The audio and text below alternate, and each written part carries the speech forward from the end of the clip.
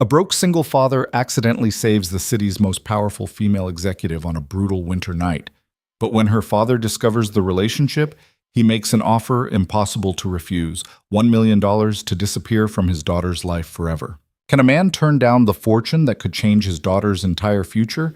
Or is real love something money can never buy? Follow this story to the end. Hit like and comment the city you're watching from so I can see how far this story travels. Now, let's begin. The fluorescent lights in the Hale Industries tower hummed with that particular frequency that made Ethan Cole's teeth ache after midnight. He'd been pushing the industrial floor buffer across the marble lobby for the past hour, watching the reflection of Boston's skyline shimmer and distort beneath the spinning brushes. Outside, snow fell in thick, wet clumps that stuck to the windows like desperate hands. Ethan checked his phone. 1:47 a.m. Lily would be asleep by now, curled up at Mrs. Chen's apartment 3 floors below his own. The babysitter charged him $20 a night for these late shifts, which meant he'd clear maybe $65 after taxes and expenses. Not enough. Never enough. He killed the buffer and let the silence settle around him. 23 floors to go. The executive suites were always last. They insisted on it, as if their garbage was somehow more dignified than everyone else's. Ethan had been working nights at Hale Industries for 8 months now, ever since the construction company laid him off. Before that, before Emily died, he'd been a site foreman making decent money. Now he was 34 years old, cleaning toilets and wondering how the hell he was going to afford Lily's asthma medication next month. The elevator ride to the 47th floor took 90 seconds. Ethan counted them out of habit, watching the numbers climb. The executive level was all glass and sharp angles, the kind of design that screamed wealth so loudly you could barely hear yourself think. His cart rattled as he pushed it down the corridor, the wheels squeaking against the polished concrete. He was halfway to the corner office when he heard it. A crash. Glass breaking. Then silence. Ethan stopped, his hand tightening on the cart handle. Company policy was crystal clear. Don't engage with executives after hours. Don't interrupt. Don't exist, basically, except as a ghost who cleaned up their messes. But that sound... Another crash, softer this time, something hitting carpet. "Shit!" Ethan muttered, and against every self-preserving instinct he'd developed over 8 months of this job, he moved toward the corner office. The name on the door read Victoria Hale, Chief Operating Officer, in letters that probably cost more than his monthly rent. Through the frosted glass, he could make out a shape on the floor. Ethan knocked. "Hello? You okay in there?" Nothing. He knocked harder. "Ma'am, I'm coming in." The door wasn't locked. It swung open to reveal an office that looked like a magazine spread. Minimalist desk, floor-to-ceiling windows, abstract art that Ethan suspected was either worth millions or nothing at all. And on the floor, surrounded by broken glass and what looked like a toppled bar cart, was Victoria Hale. She was conscious, but barely. Her designer suit was torn at the shoulder and blood seeped through a gash on her forearm. Her face was pale, her breathing shallow. When she looked up at Ethan, her eyes were unfocused. "Don't," she started, then coughed. "Don't call anyone." Ethan dropped to his knees beside her, his janitor's training kicking in. Check for injuries. Keep them conscious. Call for help. "I need to get you to a hospital," he said, reaching for his phone. Her hand shot out and grabbed his wrist with surprising strength. "No hospitals, no calls, please." Up close, he could see the bruise forming on her cheek the way her hands were shaking. This wasn't just a fall. Someone had done this to her. "Ma'am, you're hurt. You need it." "I need," she interrupted, her voice cracking, "to disappear, just for tonight. Can you—" She closed her eyes, and for a moment Ethan thought she'd passed out. Then she opened them again, and he saw something in her expression that he recognized. Desperation. The kind that came from having nowhere left to go. "Can you help me?" Every rational part of Ethan's brain screamed at him to call security, to get the hell out of this situation before it swallowed him whole. This was Victoria Hale. Her father owned half of Boston. She had lawyers, security teams, people whose entire job was to solve problems like this. But she was also a woman bleeding on the floor, asking for help. "Okay," Ethan heard himself say. "Okay. Can you stand?" Getting her to her feet took longer than it should have. She was taller than he'd expected, maybe 5'10", and she kept trying to put weight on her left ankle before gasping and shifting it back. Ethan ended up half carrying her to the elevator, her arm draped over his shoulders, her breath warm against his neck.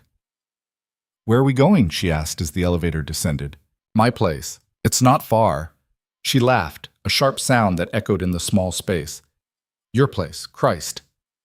You got a better idea?" She didn't answer. They made it through the lobby without incident. The night security guard was doing rounds on the upper floors and out into the storm.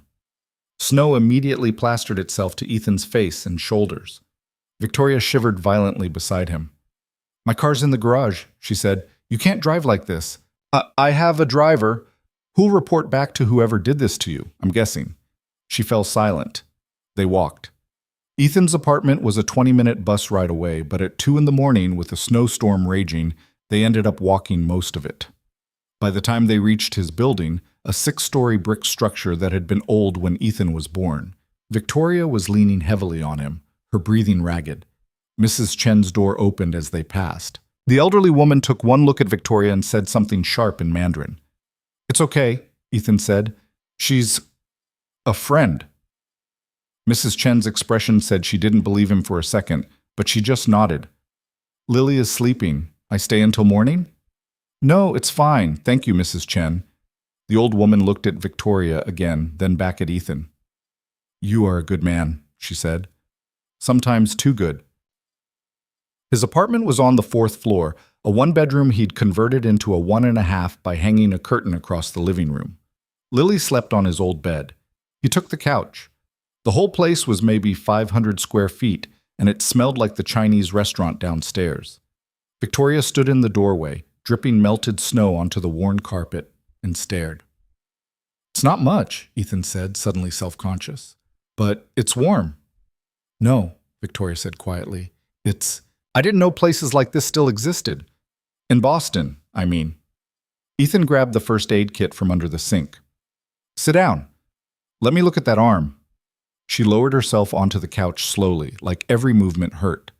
As Ethan cleaned the wound, it was deep, but not deep enough to need stitches. She watched him with an intensity that made him uncomfortable. "Why are you doing this?" she asked. "Because you asked for help." "You don't know me. You don't know what I've done."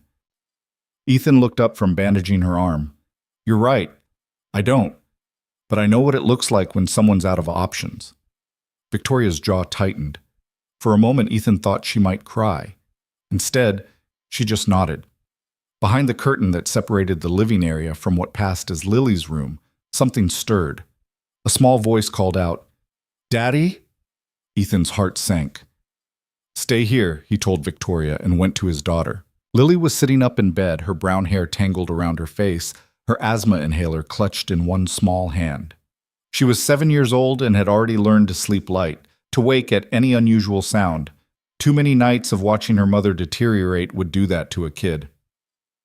"Hey, Bug," Ethan said softly, sitting on the edge of the bed. "What are you doing awake?" "I heard voices." She peered past him toward the curtain. "Is someone here?" "A friend. She's not feeling well, so she's going to stay the night. Is that okay?" Lily considered this with the gravity of a Supreme Court judge. "Is she nice?" "I think so." "Does she like hot chocolate?" Ethan smiled despite everything. "I don't know. Why don't you ask her in the morning?" "Okay." Lily lay back down, already half asleep. "Love you, Daddy." "Love you too, Bug." When Ethan returned to the living room, Victoria was standing at the window, looking out at the snow-covered street. She'd taken off her torn blazer and in just a white blouse and slacks, she looked less like a corporate executive and more like someone's exhausted older sister. "She sounds sweet," Victoria said without turning around. "She is." Ethan grabbed a blanket from the closet. "You can have the couch. I'll take the floor." "Don't be ridiculous. This is your home. And you're injured. Couch is yours." Victoria turned to face him. In the dim light from the street, her face was all shadows and sharp angles. "Why?" she asked again. Ethan thought about all the true answers he could give. "Because my daughter's watching how I treat people. Because my wife would have helped you without thinking twice. Because sometimes doing the right thing is the only thing that makes sense in a world that stopped making sense the day Emily died. Instead, he said, because everyone deserves one safe night. Something shifted in Victoria's expression. I don't think I've had one of those in years. Then it's about time. He gave her a t-shirt and sweatpants that were comically large on her frame, showed her where the bathroom was, and set up his sleeping bag on the floor. By 3:30, the apartment was quiet, except for the sound of snow hitting the windows and Lily's soft breathing behind the curtain. Ethan lay awake for a long time, staring at the ceiling and wondering what the hell he'd just gotten himself into. On the couch, Victoria Hale stared at the same ceiling and wondered the exact same thing. Morning came with weak winter sunlight and the smell of coffee. Ethan woke to find Lily's face inches from his own. "Daddy," she whispered. "The lady's still here." "I know, Bug." "She's really pretty. Is she your girlfriend?" "No, she's just someone who needed help." Lily frowned. "Like when you helped Mr. Martinez fix his door?" "Sort of like that." "Oh." She paused. "Can I meet her?" Ethan glanced at the couch. Victoria was still asleep, or pretending to be. "After breakfast, okay? Let her rest." But Lily's curiosity was a force of nature. By the time Ethan had scrambled eggs and toasted bread, luxury breakfast by his standards, she'd already dragged her collection of stuffed animals into the living room and arranged them on the floor near the couch. "I'm showing her my friends," Lily explained, completely serious. "So she doesn't feel lonely." Victoria opened her eyes. For a moment she looked disoriented, almost frightened. Then she saw Lily's expectant face, and something softened. "Hi," Lily said. "I'm Lily. That's Mr. Whiskers, and that's Dr. Fluffy Pants, and that's Susan." "Susan?" Victoria's voice was rough from sleep. She didn't want a fancy name. Lily held up a battered teddy bear. "Do you have a name?" "Victoria." "That's pretty. Do you want breakfast?" "Daddy made eggs." Victoria looked at Ethan, who shrugged. "Fair warning," he said. "She doesn't really do subtle." "I can see that." They ate at the small table wedged between the kitchen counter and the living room. Lily kept up a running commentary about everything: her school, her teacher Mrs. Patterson, who smelled like vanilla, the bully Tyler Jenkins, who pulled her hair, how her inhaler made a funny sound when she used it. Victoria listened. Not the polite half-attention Ethan had learned to recognize from people who didn't really care what a 7-year-old had to say, but actual listening. She asked questions. She laughed when Lily demonstrated how Tyler Jenkins walked like a penguin with an attitude.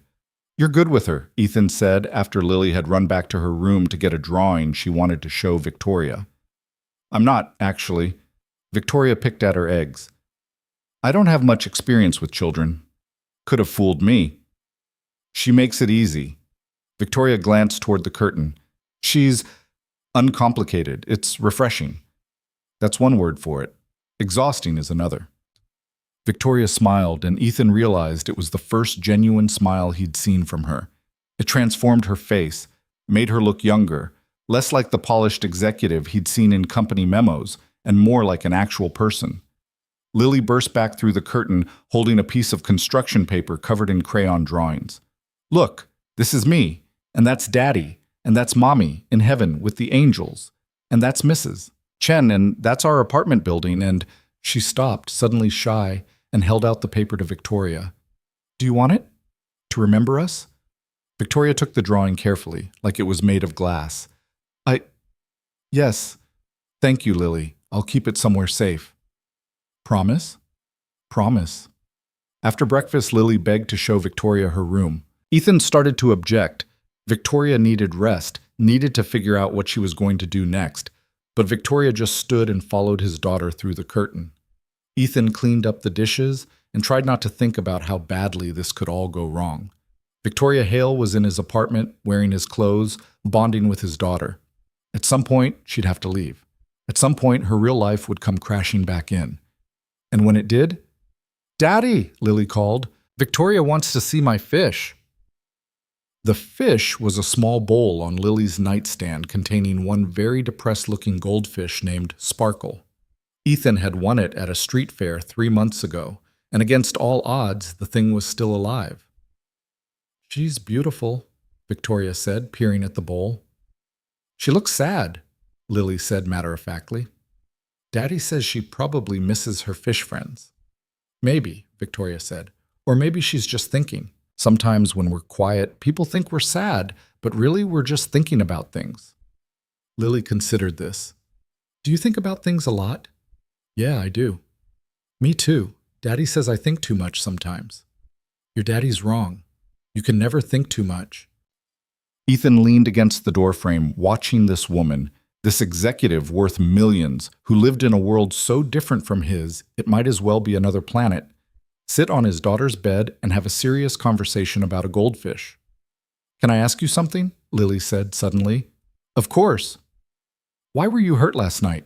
Daddy said you weren't feeling well, but you have a bandage. Did someone hurt you on purpose? Victoria glanced at Ethan, who nodded slightly. He'd learned not to lie to Lily about the hard stuff. She could smell dishonesty a mile away. Yes, Victoria said carefully. Someone hurt me, but I'm okay now. Was it a bad person? I thought they were a good person. I was wrong. Lily nodded sagely. That happens sometimes. Daddy says people can surprise you, good and bad. Your daddy's a smart man. I know.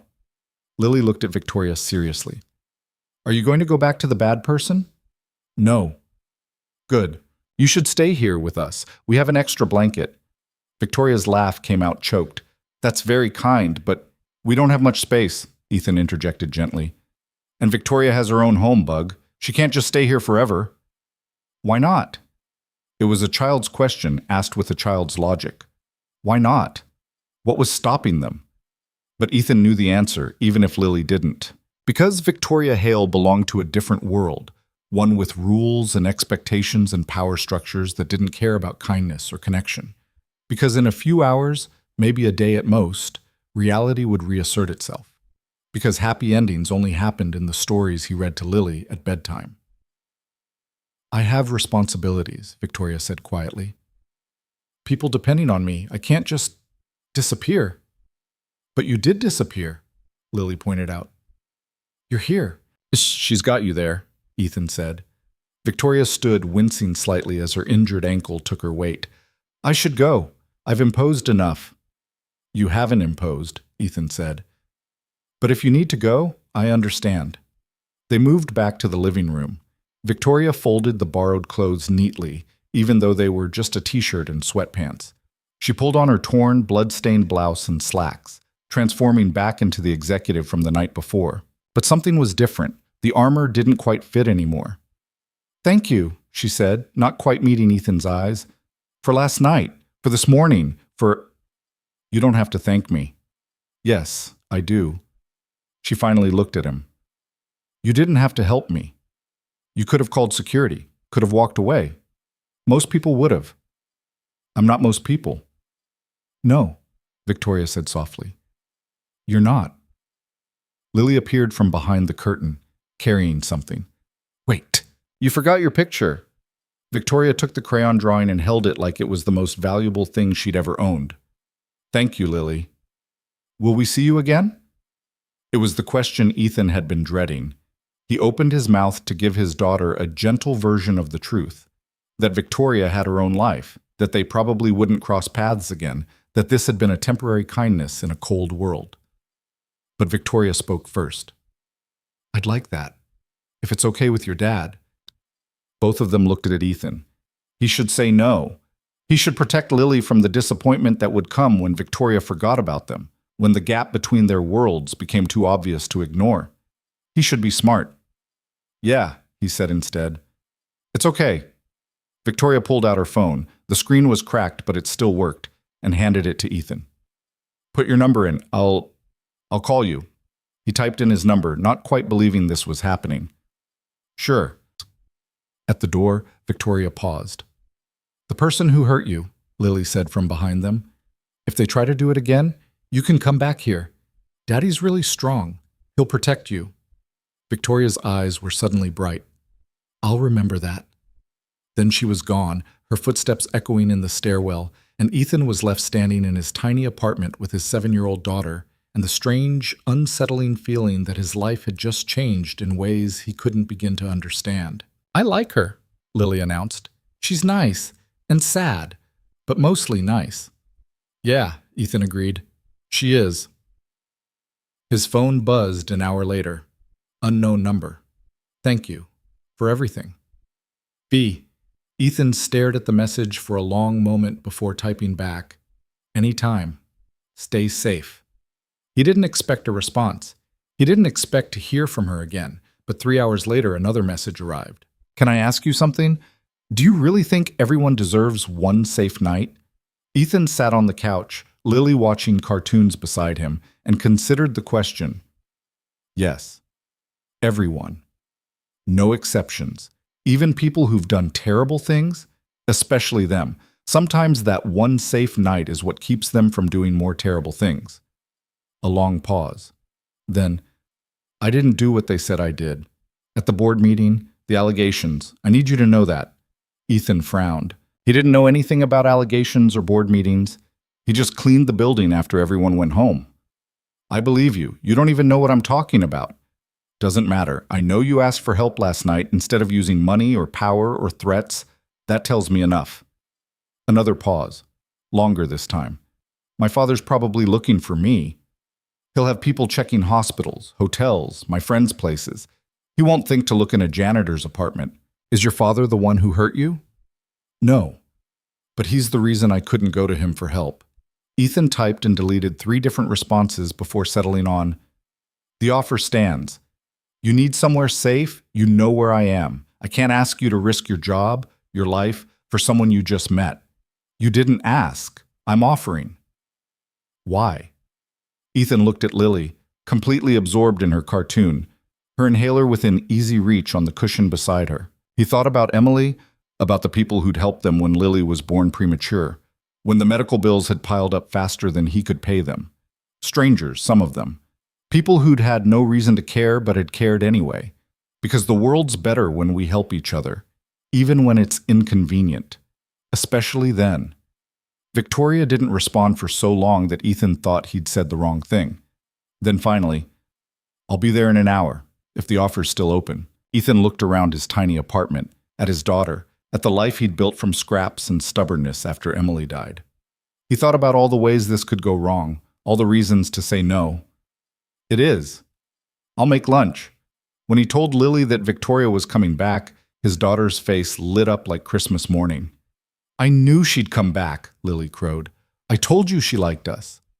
Bug, this is just temporary. She's got her own place, her own life. But she's coming back right now. That means something. Out of the mouths of babes, Ethan thought. Maybe it did mean something. Or maybe it just meant Victoria Hale was desperate and he was convenient. Either way, he found himself cleaning the apartment more thoroughly than he had in months, making sandwiches from the deli meat that was one day from expiring, setting out the good glasses, the ones that matched. When the knock came, Lily raced to answer it before Ethan could stop her. Victoria stood in the hallway, and she'd transformed again. No more executive armor. She wore jeans, actual jeans, and a sweater that looked expensive but comfortable, and her hair was down instead of pulled back. She'd cleaned the cut on her cheek, covered it with a small bandage. She looked younger, more vulnerable, and she was carrying 2 shopping bags. I stopped at a store, she said, almost apologetically. I hope that's okay. I couldn't come empty-handed. Lily was already peering into the bags. What did you bring? Lily, Ethan warned. Let her come inside first. Victoria stepped into the apartment and set the bags on the counter. Nothing major, some groceries, and she pulled out a small bag with a pet store logo. I thought Sparkle might like a bigger tank, and maybe some friends. Lily's eyes went wide. Really? If that's okay with your dad, Ethan should say no. He should maintain boundaries, should make it clear that they didn't need charity, that they were fine on their own. But Lily was already bouncing on her toes with excitement, and Victoria was looking at him with an expression that was almost nervous. And sometimes you had to let people help you even when it hurt your pride. Yeah, he said. That's okay. The afternoon dissolved into an unexpected domestic scene. Victoria helped Lily set up the new fish tank while Ethan made sandwiches. They ate lunch together at the small table, Lily chattering about school, Victoria asking questions that suggested she was actually interested in the answers. Mrs. Patterson says I'm good at math, Lily announced. But I like reading better. Daddy reads to me every night before bed. What are you reading now? Victoria asked. The Chronicles of Narnia. We just finished The Lion, The Witch and the Wardrobe. Now we're on Prince Caspian. Those are good books. Do you like to read? Victoria paused. I used to. I don't have much time anymore. That's sad, Lily said matter-of-factly. Everyone should have time to read. Daddy says books are like windows to other worlds. Your daddy says a lot of smart things. I know. He's the smartest person I know, except maybe Mrs. Chen. She knows everything. After lunch, Victoria insisted on doing the dishes. Ethan stood in the kitchen beside her, drying plates, and tried to figure out how this had become his life. You're overthinking, Victoria said without looking at him. How do you know? You get this look, like you're solving a complicated equation. Maybe I am. What's the equation? Ethan set down a dry plate. Why you're really here? Victoria's hands stilled in the soapy water. I told you, my father's looking for me. That's not all of it. She was quiet for a long moment. In the living room, Lily was talking to the new fish she'd named Princess Bubbles and Sir Swims-a-Lot. No, Victoria said finally. That's not all of it. You want to tell me the rest? I don't know if I can. Ethan leaned against the counter. Try me. Victoria pulled her hands from the water, dried them on a towel. Last night, when you found me, that wasn't the first time that my life got violent, but it was the first time I didn't have anywhere to go afterward. What about your father, your friends? My father would ask what I did to provoke it. My friends, she laughed bitterly. They're not really friends. They're professional contacts, networking opportunities, people who smile at charity galas and wouldn't know what to do with actual need if it bit them. So you came to the janitor. I came to the one person who helped me without asking what I could do for him in return. Ethan processed this. Who hurt you? Does it matter? Yeah, it does. Victoria looked toward the living room, where Lily was making up an elaborate story about the fish going on an adventure. My ex-boyfriend. We'd been together for 2 years. Last night, the board voted to remove me from my position pending an investigation into alleged embezzlement. I didn't do it. I'd never do it. But someone set me up, made it look like I'd been skimming money from company accounts. And your ex? He's on the board. I think, her voice cracked, I think he's the one who set me up. When I confronted him about it last night, he lost his temper. Jesus. I don't have proof, just suspicion. But I know him. I know how his mind works. And I know he'd see this as a game, a way to win. Ethan felt anger rising in his chest, hot and sharp. You need to go to the police. With what evidence? His word against mine? And he's connected, Ethan. His family has senators on speed dial. I report him, and I'll be the one who gets destroyed. So you just hide? No, I regroup. I figure out how to prove what he did. I clear my name. She met his eyes. But I needed one day where I didn't have to be Victoria Hale, COO of Hale Industries, daughter of Richard Hale, girlfriend of Marcus fucking Bennett. I just needed to be someone having lunch with a kind man and his daughter. The honesty in her voice hit him harder than he'd expected. Okay, Ethan said. One day. Then what? Then I go back. I fight.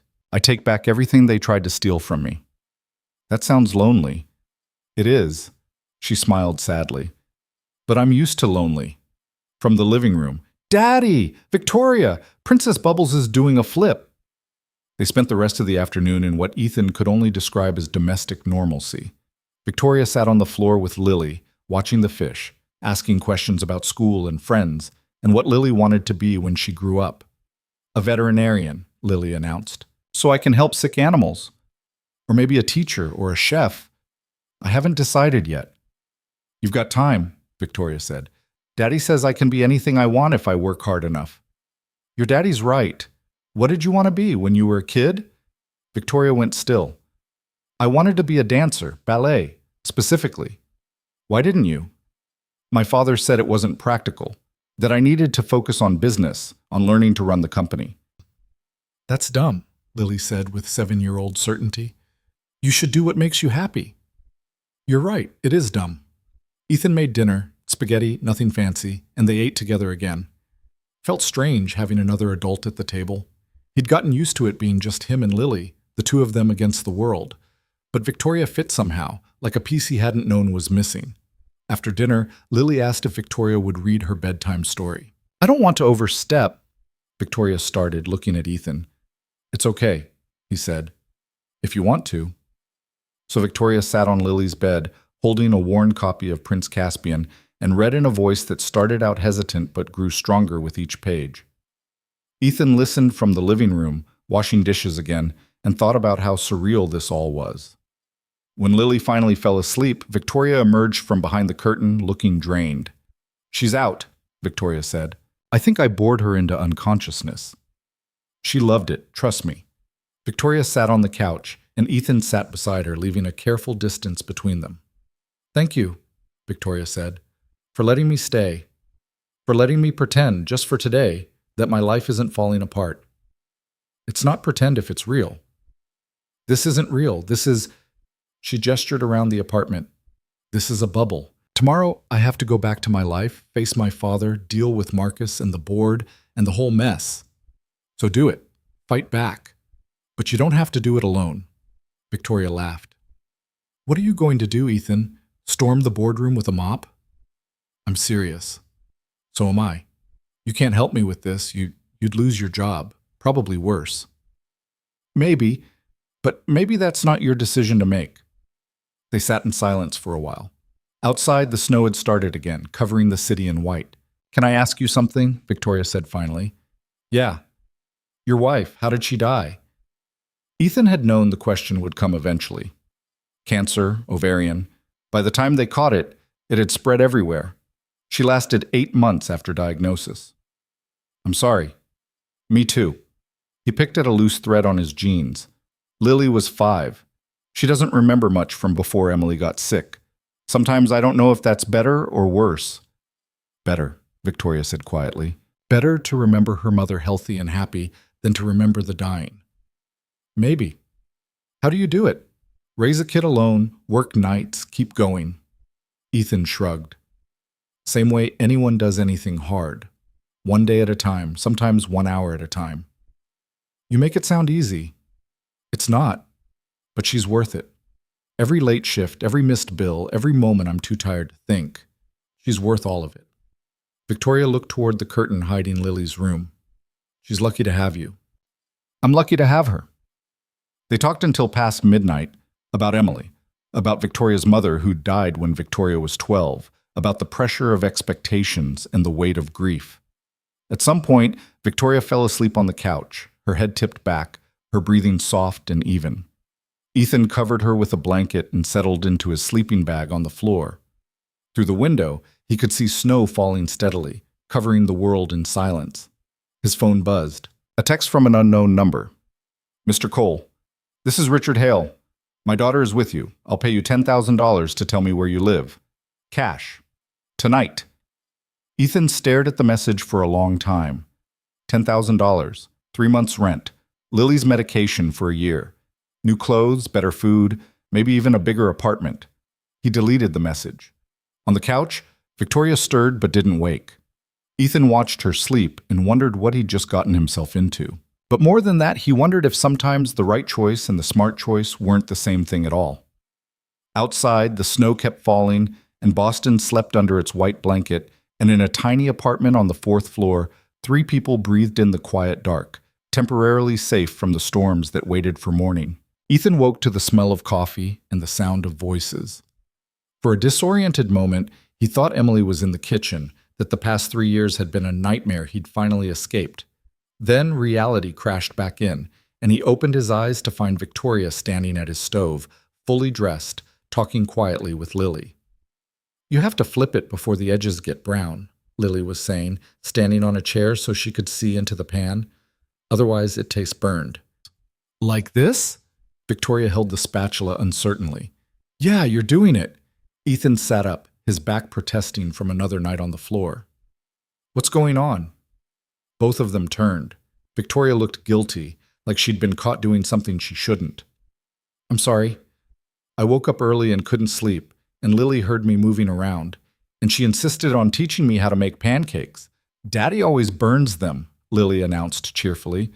But Victoria's learning. It's 7 in the morning, Ethan said, checking his phone.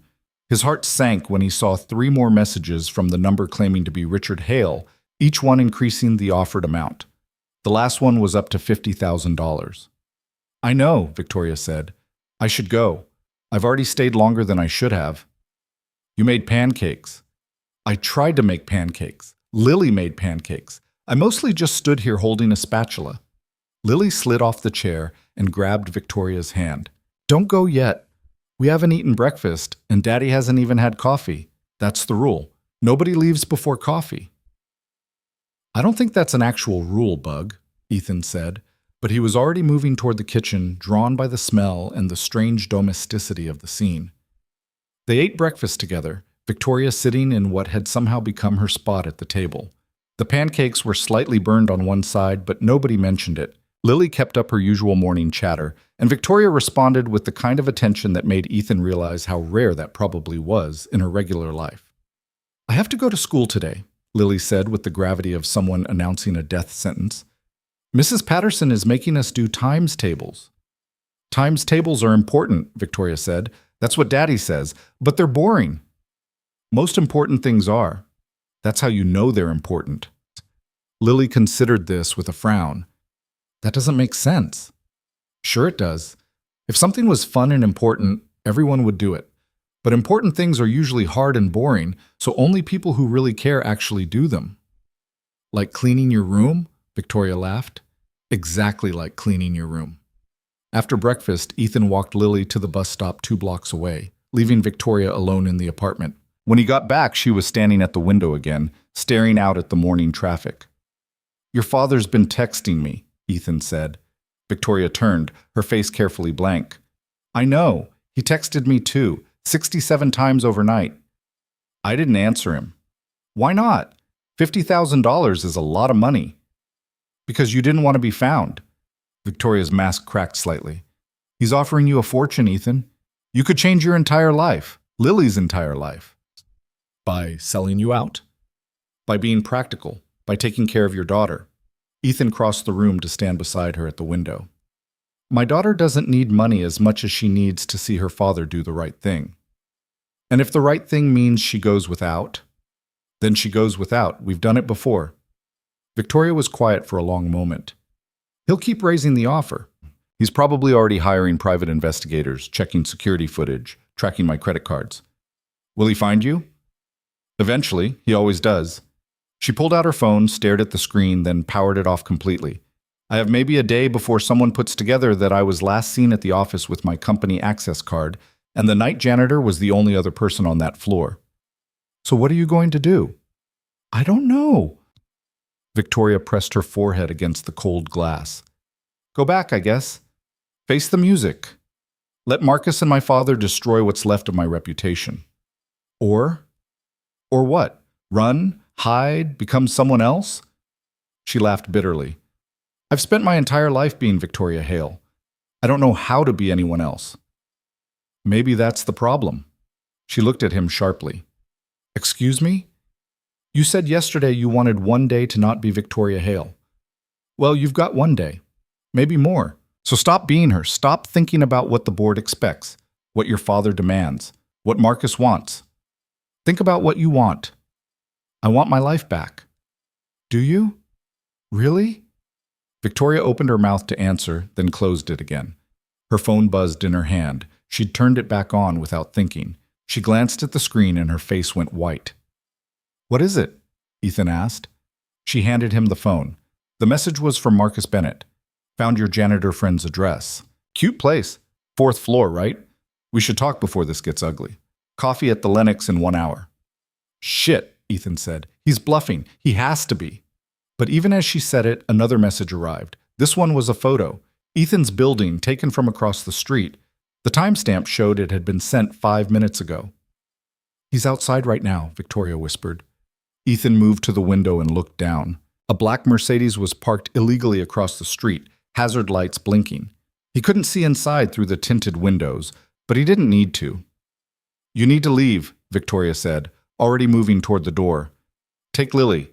Go somewhere he can't find you. Stop. Ethan caught her arm. I'm not running from some corporate asshole. He's not just some corporate asshole, he's dangerous. So you said, but this is my home. I'm not letting him drive me out of it. Then I'll go. I'll meet him. Deal with this myself. Also not happening. Ethan, you don't understand. You're right.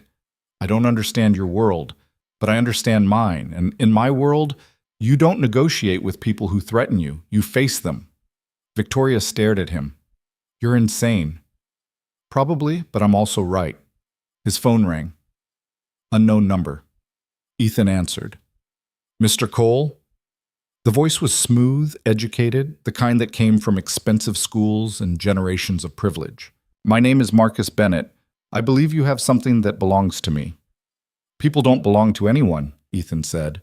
How refreshingly progressive. I'm at the Lenox on Boylston. Join me for coffee. Bring Victoria.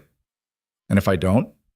Then I call the police and report that my girlfriend is being held against her will by a janitor with a history of, well, I won't spoil the surprise. Let's just say I've done my research. Ethan's hand tightened on the phone. I don't have a history of anything. Not yet. But it's amazing what allegations can do to a person's life, especially someone in your position. Single father, working nights, barely making rent, one call to Child Protective Services, and suddenly you're fighting for custody of your daughter. The threat was clear. Ethan looked at Victoria, who was listening with mounting horror. 1 hour, Marcus said. Don't make me wait. The line went dead. He's bluffing, Victoria said again, but her voice shook. Maybe, but I can't risk Lily. Then I'll go alone. This is my mess. We'll go together. Ethan was already moving, grabbing his jacket, his keys. But we're not doing this on his terms. What does that mean? It means we meet him in public, we don't agree to anything, and we make it clear that threatening me was a mistake. Victoria caught his arm. Ethan, please, you don't know what he's capable of. Then tell me. She took a breath. 2 years ago, there was a junior analyst who accused him of sexual harassment. She filed a formal complaint with HR. A week later, she withdrew it. A month after that, she left the company. I heard she moved to Seattle, changed careers completely. What happened to her? I don't know, but I know Marcus was smiling at the board meeting right after she left. That particular smile he gets when he wins. Ethan felt cold. And you dated this guy? I didn't know about it until later, and by then, I was in too deep. He knew things about me, about my family, about deals I'd made that weren't entirely legal. Nothing major, just the kind of corners everyone cuts in business, but enough to ruin me if it came out. So he had leverage. He always has leverage. That's how he operates. Not anymore. Ethan headed for the door. Come on. We're going to end this. The Lenox was exactly the kind of place Ethan expected. Exposed brick, reclaimed wood, coffee that cost more than his hourly wage. Marcus Bennett sat at a corner table, looking like he'd stepped out of a magazine ad for expensive watches. Dark suit, perfect hair, smile that didn't reach his eyes. Victoria, he said, standing as they approached. You look different. She'd changed back into her own clothes from the night she'd arrived, torn and blood-stained. She wore them like armor. Marcus, she said flatly, and you must be Mr. Cole. Please, sit. Marcus gestured to the empty chairs across from him. Can I get you coffee? The cappuccino here is excellent. We're not here for coffee, Ethan said, remaining standing. Of course not. You're here because I gave you no choice. Marcus's smile widened. I appreciate you being direct. Let's continue in that spirit. Victoria, darling, it's time to come home. I don't have a home with you. Don't be dramatic. We had a disagreement. You overreacted. These things happen in relationships. You hit me, Victoria said, her voice steady. You set me up for embezzlement. You tried to destroy my career. I did no such thing. You fell. You were drunk, unstable.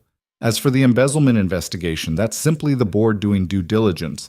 If you're innocent, you have nothing to worry about. You're a liar. Marcus's smile didn't falter. Careful, Victoria. Defamation is a serious accusation. So is assault, Ethan said. Marcus turned his attention to Ethan, and his expression shifted to something colder. Mr. Cole, the hero. Tell me, how much is my father-in-law paying you to harbor his daughter? I'm not being paid anything. Really? So you're doing this out of the goodness of your heart? A janitor playing white knight? Marcus laughed. How refreshingly naive. I'm doing this because it's the right thing to do.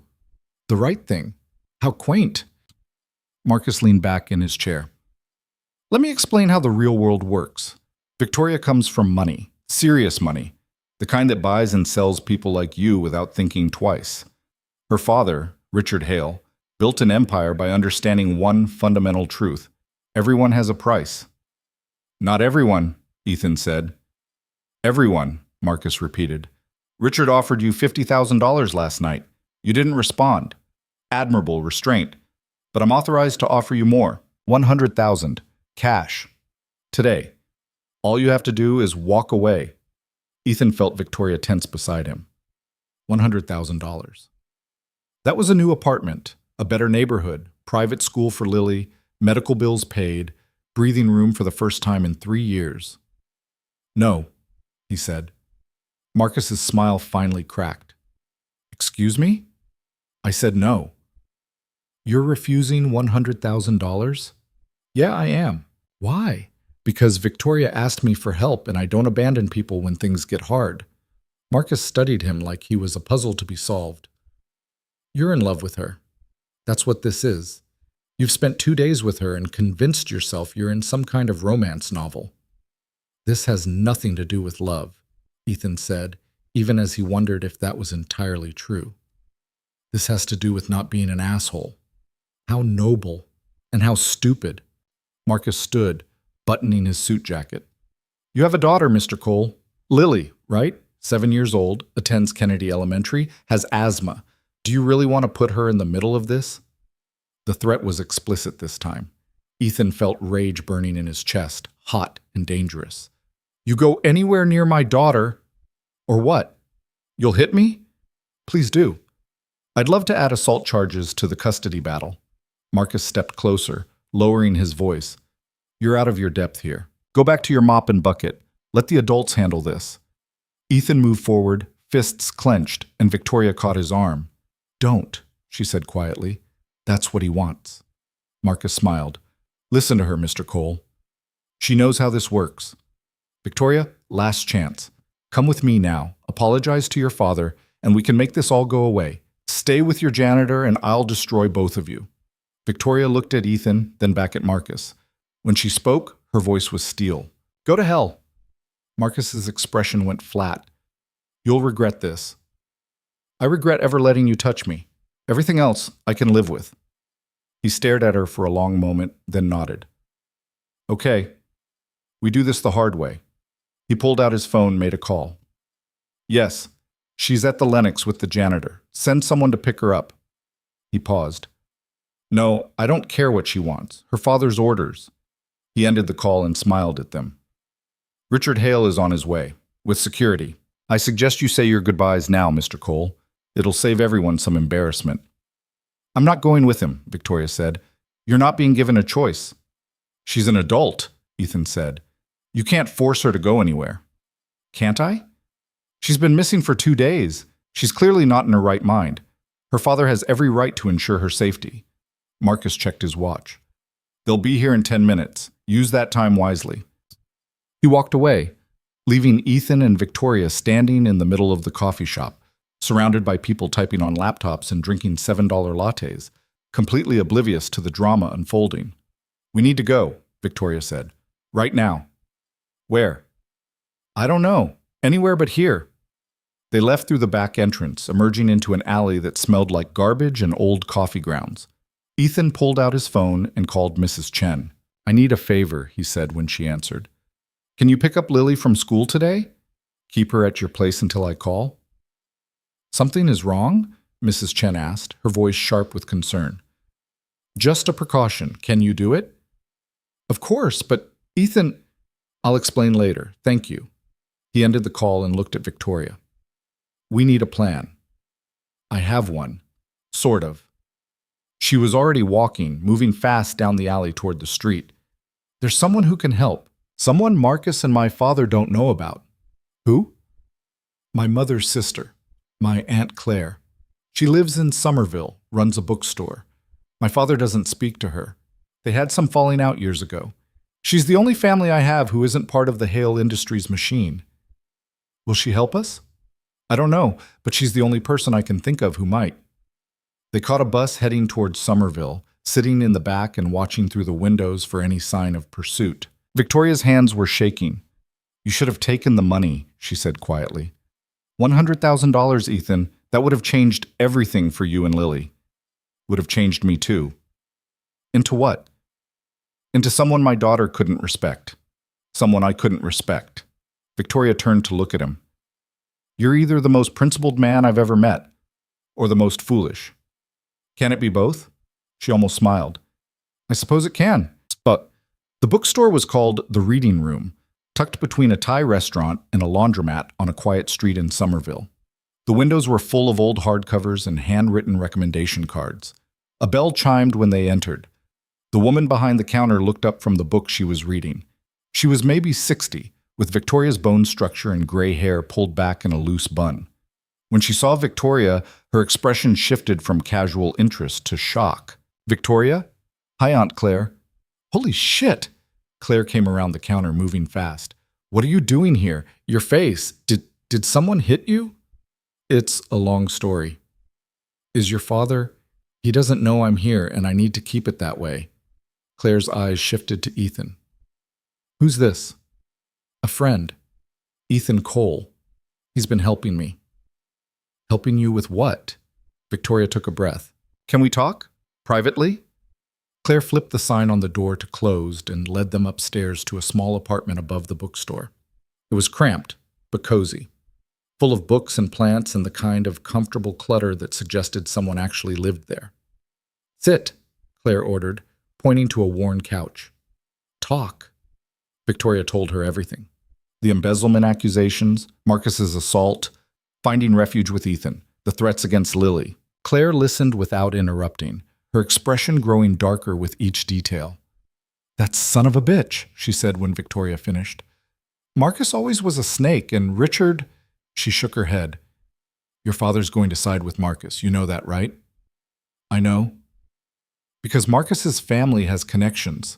Because image matters more than truth. Because that's who Richard Hale is. I know, Victoria repeated, her voice small. Claire was quiet for a moment, then looked at Ethan. And you're caught in the middle because you made the mistake of being decent. Something like that, Ethan said. Do you have a lawyer? Can't afford one. Victoria? My father's lawyers won't help me with this, and anyone else I'd hire, he'd just buy off. Claire rubbed her face. This is a mess. I know. I shouldn't have come here. I shouldn't have dragged you into this. Stop. Your family. Complicated, estranged family, but still family. Claire stood. I need to make some calls. There's food in the kitchen. Make yourselves comfortable. This might take a while. She disappeared into what looked like a bedroom, phone already to her ear. Ethan and Victoria sat in silence, listening to the muffled sound of Claire's voice through the wall. She hates my father, Victoria said after a while. They fought about my mother's estate after she died. Claire thought he manipulated my mother into cutting her out of the will. She was probably right. But she's helping you anyway. She loved my mother. I think helping me is her way of honoring that. Must be nice, Ethan said. Having family who'll stand by you even when it's hard. You have Lily. Yeah. But sometimes I wonder if that's enough. If I'm enough. Victoria looked at him. You're more than enough. Lily's lucky to have you. She'd be luckier if I could give her more. A better home, better schools, a future that doesn't involve scraping by month to month. Money doesn't make a good father. My father has billions. He's still a terrible parent. Easy to say when you've never had to choose between rent and medication. Victoria flinched. You're right. I'm sorry. I didn't mean to... No, I'm sorry. Ethan scrubbed his hands over his face. I'm just scared. Marcus threatened Lily. If he actually goes to CPS, if they investigate me, they won't find anything. You're a good father. Doesn't matter. System's not built for people like me. One accusation, even a false one, and suddenly I'm fighting to keep my daughter. And I can't afford a lawyer, can't afford to miss work, can't afford any of it. Then we make sure it doesn't come to that. How? Before Victoria could answer, Claire emerged from the bedroom. Okay, I talked to some people. Here's the situation. Marcus can't legally have you picked up, Victoria. You're an adult. But your father can make your life hell through other means, freezing your accounts, using company resources to track you, pressuring anyone who helps you. I know. As for the embezzlement charges, those are serious. The board can't ignore them, even if they're false. You need evidence that Marcus set you up. Without that, it's his word against yours, and he has more credibility right now. How do I get evidence? That's the tricky part. You'd need access to company servers, financial records, probably Marcus's personal accounts.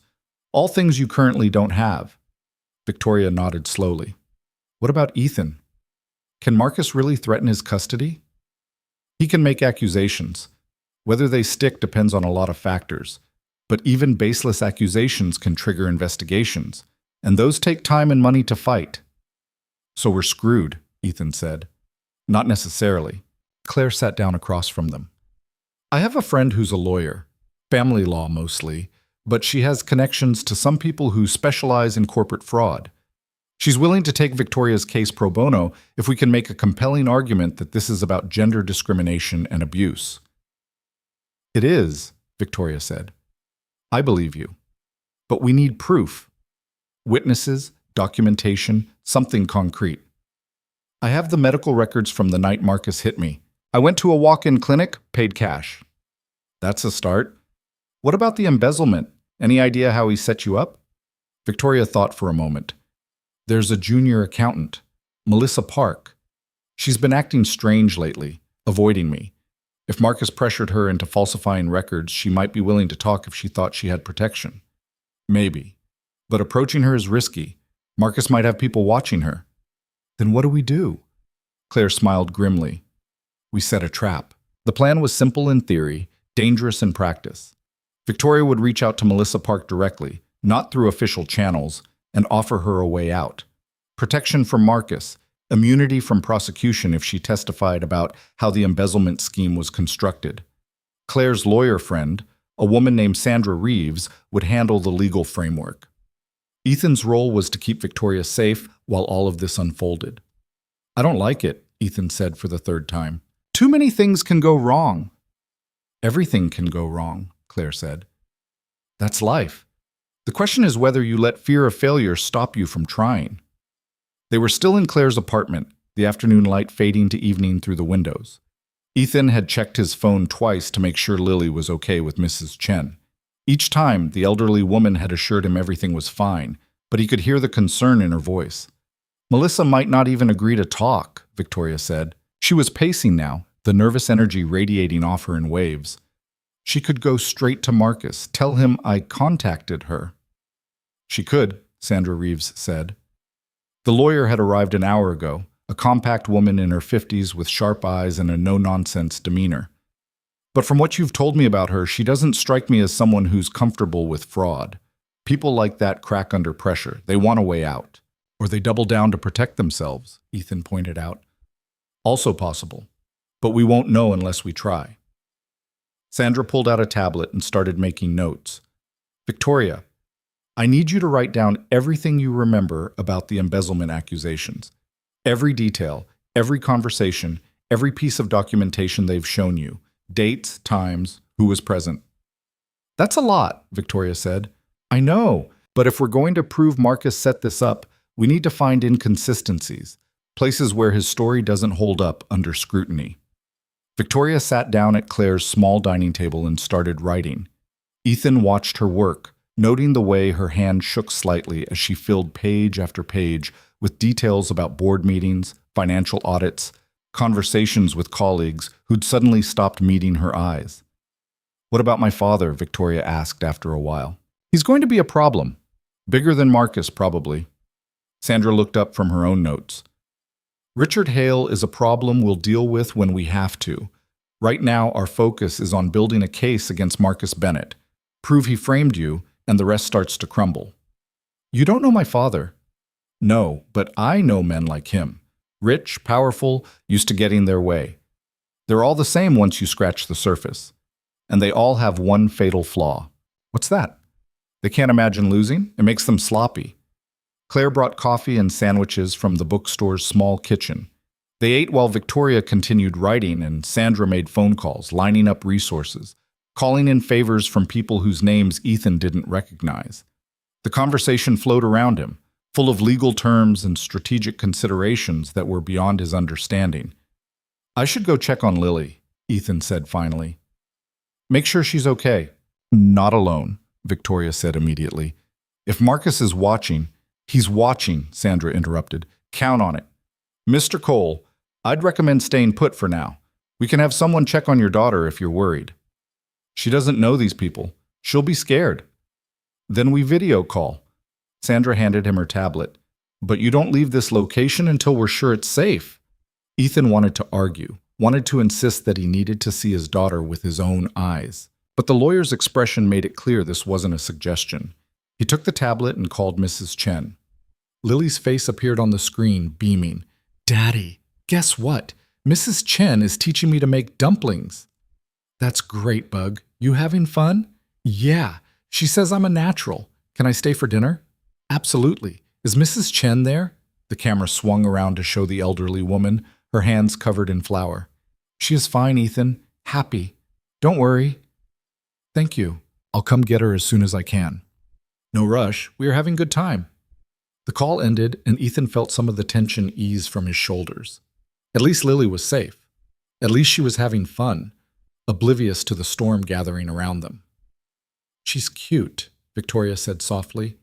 She'd stopped writing and was looking at him with an expression he couldn't quite read. "You're lucky." "I know." "Does she ask about her mother?" "Sometimes, less now than she used to." "I don't know if that's better or worse." "Better," Victoria said. "Trust me, the questions don't stop, and eventually you run out of answers that don't hurt." There was something in her voice that made Ethan look at her more closely. "You asked questions about your mother." "Constantly. My father hated it. He wanted me to move on, focus on the future, stop dwelling in the past. But I couldn't. I kept asking until he stopped answering." "What happened to her?" "Car accident. Or that's the official story. But I've always wondered—" She stopped, shook her head. "It doesn't matter." "It does if you think it wasn't an accident." Victoria looked at him for a long moment.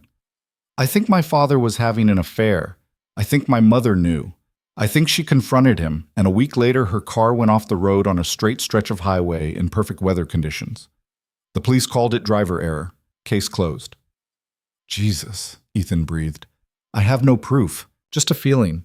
Just the way my father looked at her funeral, more annoyed than grief-stricken. But I've never been able to shake it. Have you ever asked him?" "Once. When I was 16. He told me I was being hysterical and sent me to a therapist." She laughed bitterly.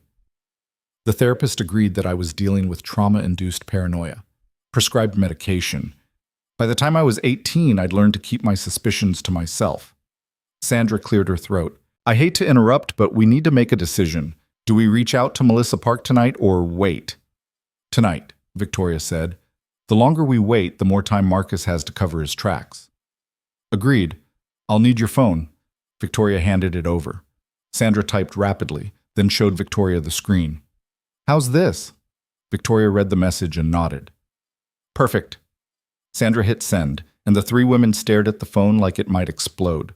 Ethan felt useless, like a spectator at a game he didn't understand the rules of. "Now we wait," Sandra said. They didn't have to wait long. 10 minutes later, the phone buzzed with a response. "Who is this?" Victoria's phone was deactivated. Sandra typed, "Using a friend's phone, need to talk, in person, tonight. I can't. Marcus has people watching me. Then we come to you. Just give me an address." A long pause, then, "This is crazy. I could lose everything." "You're going to lose everything anyway if you don't talk to me. Marcus doesn't protect people. He uses them and throws them away. You know that." Another pause, longer this time. Finally, "My apartment, 9 p.m. Come alone." "She's scared," Victoria said. "Good," Sandra replied. "Scared people make mistakes. We can use that." "I don't want to use her. I want to help her." Then help her by getting her to tell the truth. That's the best protection she can have. At 8:30, they left Claire's apartment. Sandra drove, Victoria in the passenger seat, Ethan in the back. The lawyer had insisted on coming along, arguing that Melissa would be more likely to cooperate with legal representation present. Claire stayed behind to keep an eye on potential followers. Melissa Park lived in a modest apartment building in Cambridge, the kind of place where graduate students and young professionals packed themselves into two small spaces and called it urban living. They parked 2 blocks away and walked, Sandra leading the way with the confidence of someone who'd done this before. "Let me do the talking initially," Sandra said as they approached the building. "Victoria, you can clarify details, but I need to establish the legal framework first." The apartment was on the 3rd floor. Melissa answered on the first knock, her face pale and drawn. She was younger than Ethan had expected, maybe 26, with dark hair pulled back in a messy ponytail. She looked at Victoria with something between fear and relief. "You shouldn't be here," Melissa said. "I know, but I needed to see you." "If Marcus finds out, he won't. Can we come in?" Melissa hesitated, then stepped aside. The apartment was small and cluttered, papers covering every surface, empty coffee cups stacked on the counter. It looked like the workspace of someone who hadn't slept in days. "Who are they?" Melissa asked, looking at Sandra and Ethan. "My lawyer and a friend. They're here to help." "I don't need help. I need to be left alone." Sandra stepped forward. "Ms. Park, my name is Sandra Reeves. I'm an attorney specializing in corporate fraud and employment law. I understand you're in a difficult position." "You don't understand anything." "Then explain it to me." Melissa looked at Victoria, then at Sandra, then at Ethan. Something in her expression crumbled. "He told me it was just temporary, that we were restructuring some accounts to avoid a bad audit. He said Victoria had approved it, that it was all above board." "But it wasn't," Victoria said gently. "No. I realized that when the board started the investigation. When I saw my signatures on documents I didn't remember signing. When Marcus took me aside and reminded me that I have student loans, that my mother's medical bills are overwhelming, that losing this job would destroy me." "He threatened you," Sandra said. "He didn't have to threaten. He just stated facts." Melissa wiped her eyes. "I'm 26 years old. I have $150,000 in debt. My mother has stage 4 cancer. I need this job. I need it. And Marcus knows it, and he's using it against me." Victoria moved to sit beside Melissa on the couch. "I know what that's like, being trapped by circumstances, by people who have power over you, but you don't have to stay trapped. Easy for you to say. You're a Hale. Even if you lose everything, you'll still have more than I'll ever have." "That's not true. My father has cut me off. My accounts are frozen. Right now I have exactly nothing." Melissa laughed, a sharp, bitter sound. "Nothing. Right. I'm sure you're really suffering." "She is," Ethan said, speaking for the first time. Everyone turned to look at him. "I've seen it. She's lost her job, her home, her safety. She's been assaulted, threatened, hunted. Whatever your problems are, they don't make hers less real." Melissa studied him. "Who are you again?" "Nobody important. Just someone who helped her when she needed it." "Why?" "Because it was the right thing to do." Melissa looked at him for a long moment, then turned back to Victoria. "What do you want from me?" "The truth. Documentation of how Marcus set up the embezzlement scheme. Testimony about what he told you to do, how he pressured you. Everything you know." "In exchange for what?" Sandra pulled out a folder. "Immunity from prosecution. A letter of recommendation for new employment. Financial assistance during the transition period. And protection from Marcus Bennett." "You can't protect me from him. Nobody can." "We can try, but only if you help us." Melissa took the folder, read through the documents Sandra had prepared. Her hands were shaking. "This is real? You're really offering this?" "Yes, but you have to be willing to testify, in court, if necessary. Against Marcus, against anyone else involved." "My career will be over." "Your career is already over," Victoria said softly. "Marcus will find a way to blame this on you whether you cooperate or not. At least this way, you have a chance to come out of it with something." Melissa closed her eyes. "I need time to think." "We don't have time," Sandra said. "Marcus knows Victoria contacted you. He's probably already planning how to handle this. The longer you wait, the more danger you're in. So I'm in danger either way. Yes, but one path leads to prison and bankruptcy. The other leads to a fresh start. Some choice. It's the only choice you have. Melissa stood, walked to the window, looked out at the Cambridge street below. He told me I was special, that I was brilliant, that I had a real future at Hale Industries. He made me believe I mattered. He lied, Victoria said. I know. But it felt good to believe it, even for a little while. Melissa turned around. Okay, I'll do it. But I want everything in writing, every promise, every guarantee. Done, Sandra said. They spent the next 2 hours going through documents. Melissa pulled out her laptop and showed them emails, financial records, notes from meetings where Marcus had instructed her to move money between accounts in ways that created a paper trail leading to Victoria. It was meticulous, calculated, the work of someone who'd planned this for months. When did he start? Victoria asked. About 6 months ago, right after you two started having problems. What problems? Melissa looked uncomfortable. He told me you were unstable, that you'd been making poor decisions, alienating board members. He said he was worried about you. And you believed him. He was very convincing, and I didn't know you well enough to question it. Victoria's jaw tightened, but she didn't respond. Ethan watched her process this, watched the hurt and anger flicker across her face before she locked it down again. By 11 p.m., they had everything they needed. Sandra transferred the files to an encrypted drive and made Melissa sign a formal statement. The young woman looked exhausted, like she'd aged years in a single evening. What happens now? Melissa asked. Now we build a case.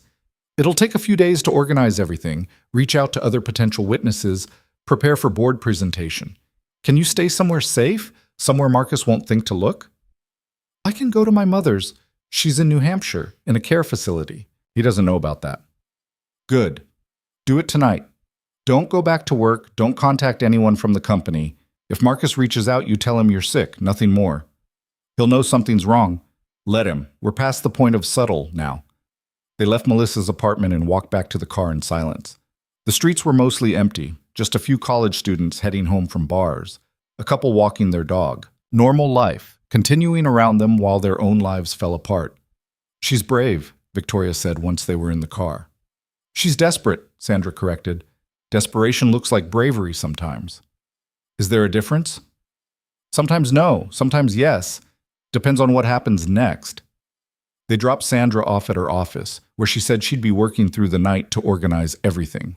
Then Victoria directed Ethan to drive toward Claire's bookstore. I can't go back to your apartment, Victoria said. Not yet. It's not safe. What about you? Ethan asked. Is anywhere safe for you right now? Claire's, maybe. For tonight, at least.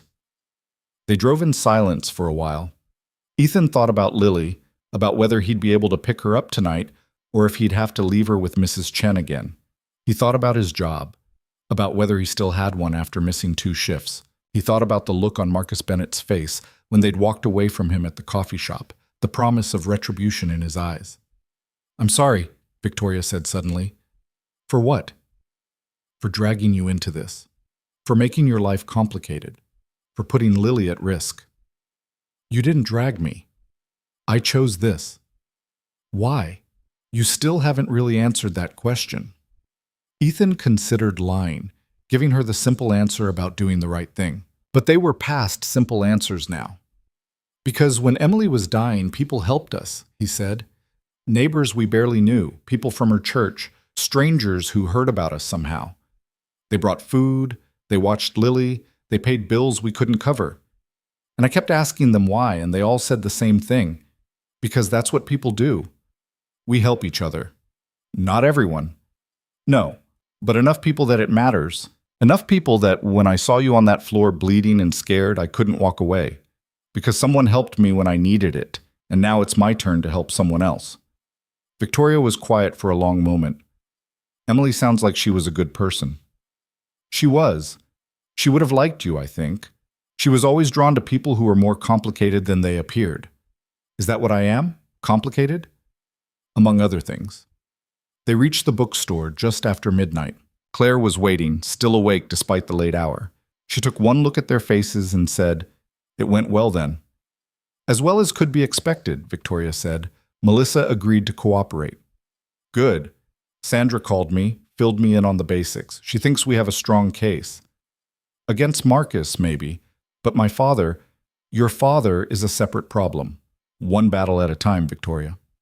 They went upstairs to the apartment. Claire made tea because that's what people did in moments like this, even though none of them really wanted it. They sat around her small table, 3 people bound together by circumstances none of them had chosen, trying to figure out what came next. You should stay here tonight, Claire told Victoria. Both of you. The couch pulls out. I need to get Lily, Ethan said. It's past midnight. Let her sleep. You can pick her up in the morning. Mrs. Chen will worry. Mrs. Chen knows you're dealing with something serious. She'll understand. Claire looked at him seriously. You've been running on adrenaline for 2 days. You need to rest or you're going to collapse. Ethan wanted to argue, but he was too tired. The exhaustion hit him all at once, like someone had pulled a plug and let all his energy drain out.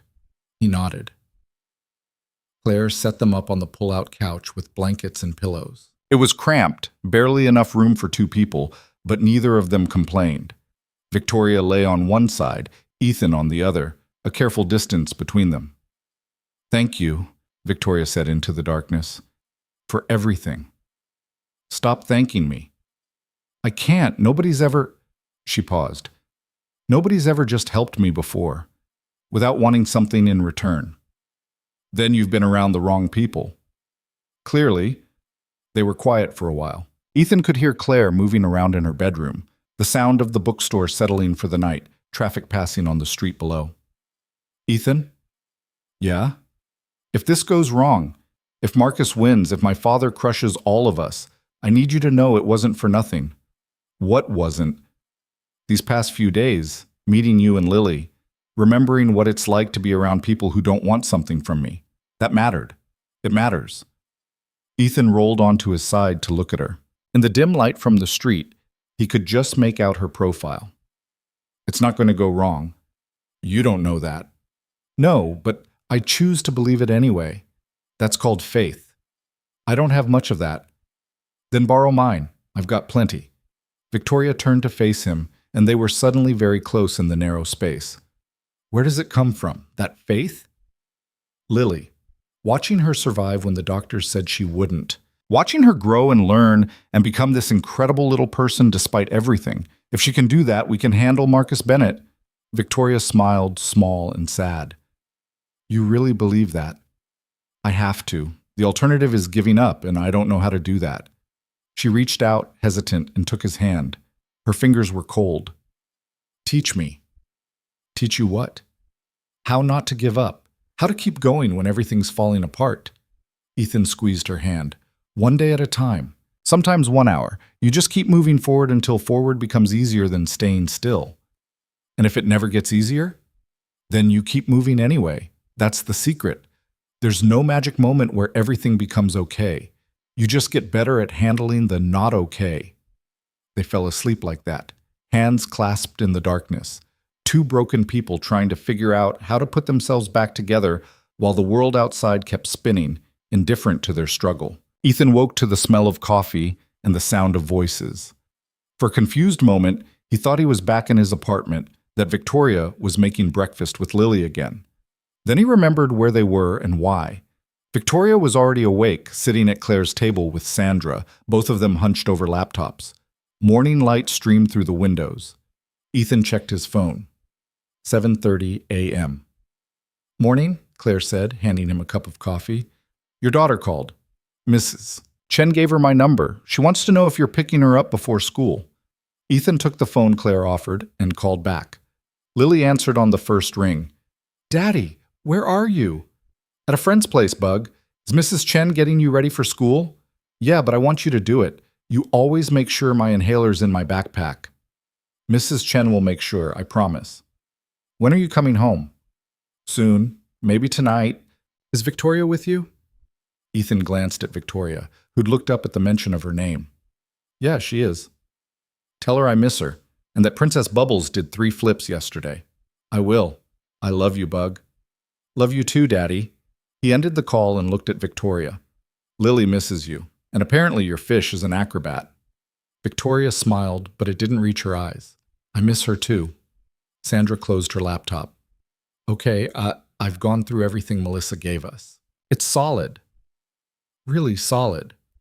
We have emails, financial records, notes that directly contradict Marcus's version of events. But we have a problem. What problem? Victoria asked. The board meeting is scheduled for this afternoon, 2 p.m. Marcus pushed it up, probably hoping to force a vote before you could mount a defense. We're going to have to move fast. Can we be ready by then? Maybe, but we need one more thing. We need Richard Hale on our side. Victoria laughed, a hollow sound. That's not going to happen. It has to. The board respects him. If he vouches for you, if he presents this evidence himself, they'll listen. If we present it, we're just desperate people making accusations. My father won't help me. He's already made his choice. Then we make him choose again. Sandra stood. Get dressed. We're going to see him. That's insane, Victoria said. Probably, but it's also our only shot. Richard Hale's office was in downtown Boston, on the top floor of a building that bore his name. Security tried to stop them at the lobby, but Sandra had somehow gotten them on an appointment list. They rode the elevator in tense silence, watching the floor numbers climb. He's going to throw us out, Victoria said. Probably call security. Let him try, Sandra replied. The elevator opened onto a reception area that screamed old money. Dark wood, leather furniture, artwork that was definitely not prints. A receptionist looked up as they approached, her expression professionally neutral. Victoria Hale to see Richard Hale, Sandra said. We're expected. The receptionist checked her computer, frowned. I don't see an appointment. Check again. A door opened behind the reception desk, and a man emerged. He was in his 60s, tall and imposing, with Victoria's eyes and a mouth that looked like it rarely smiled. Richard Hale in the flesh. He looked at his daughter for a long moment, his expression unreadable. Then he said, Victoria, I wondered when you'd show up. Hello, Father. Come in. He turned and walked back through the door without waiting to see if they'd follow. Victoria looked at Ethan, fear naked on her face. He took her hand and squeezed it. One day at a time, he reminded her. They followed Richard Hale into his office, and Ethan couldn't shake the feeling that they were walking into a trap. But it was too late to turn back now. They were committed, for better or worse. The door closed behind them with a soft, final click. Richard Hale's office was exactly what Ethan had expected. Cold, imposing, designed to make visitors feel small. Floor-to-ceiling windows overlooked Boston Harbor, the morning light reflecting off the water in harsh, glittering patterns. The furniture was all clean lines and expensive materials, the kind of room where comfort took a back seat to intimidation.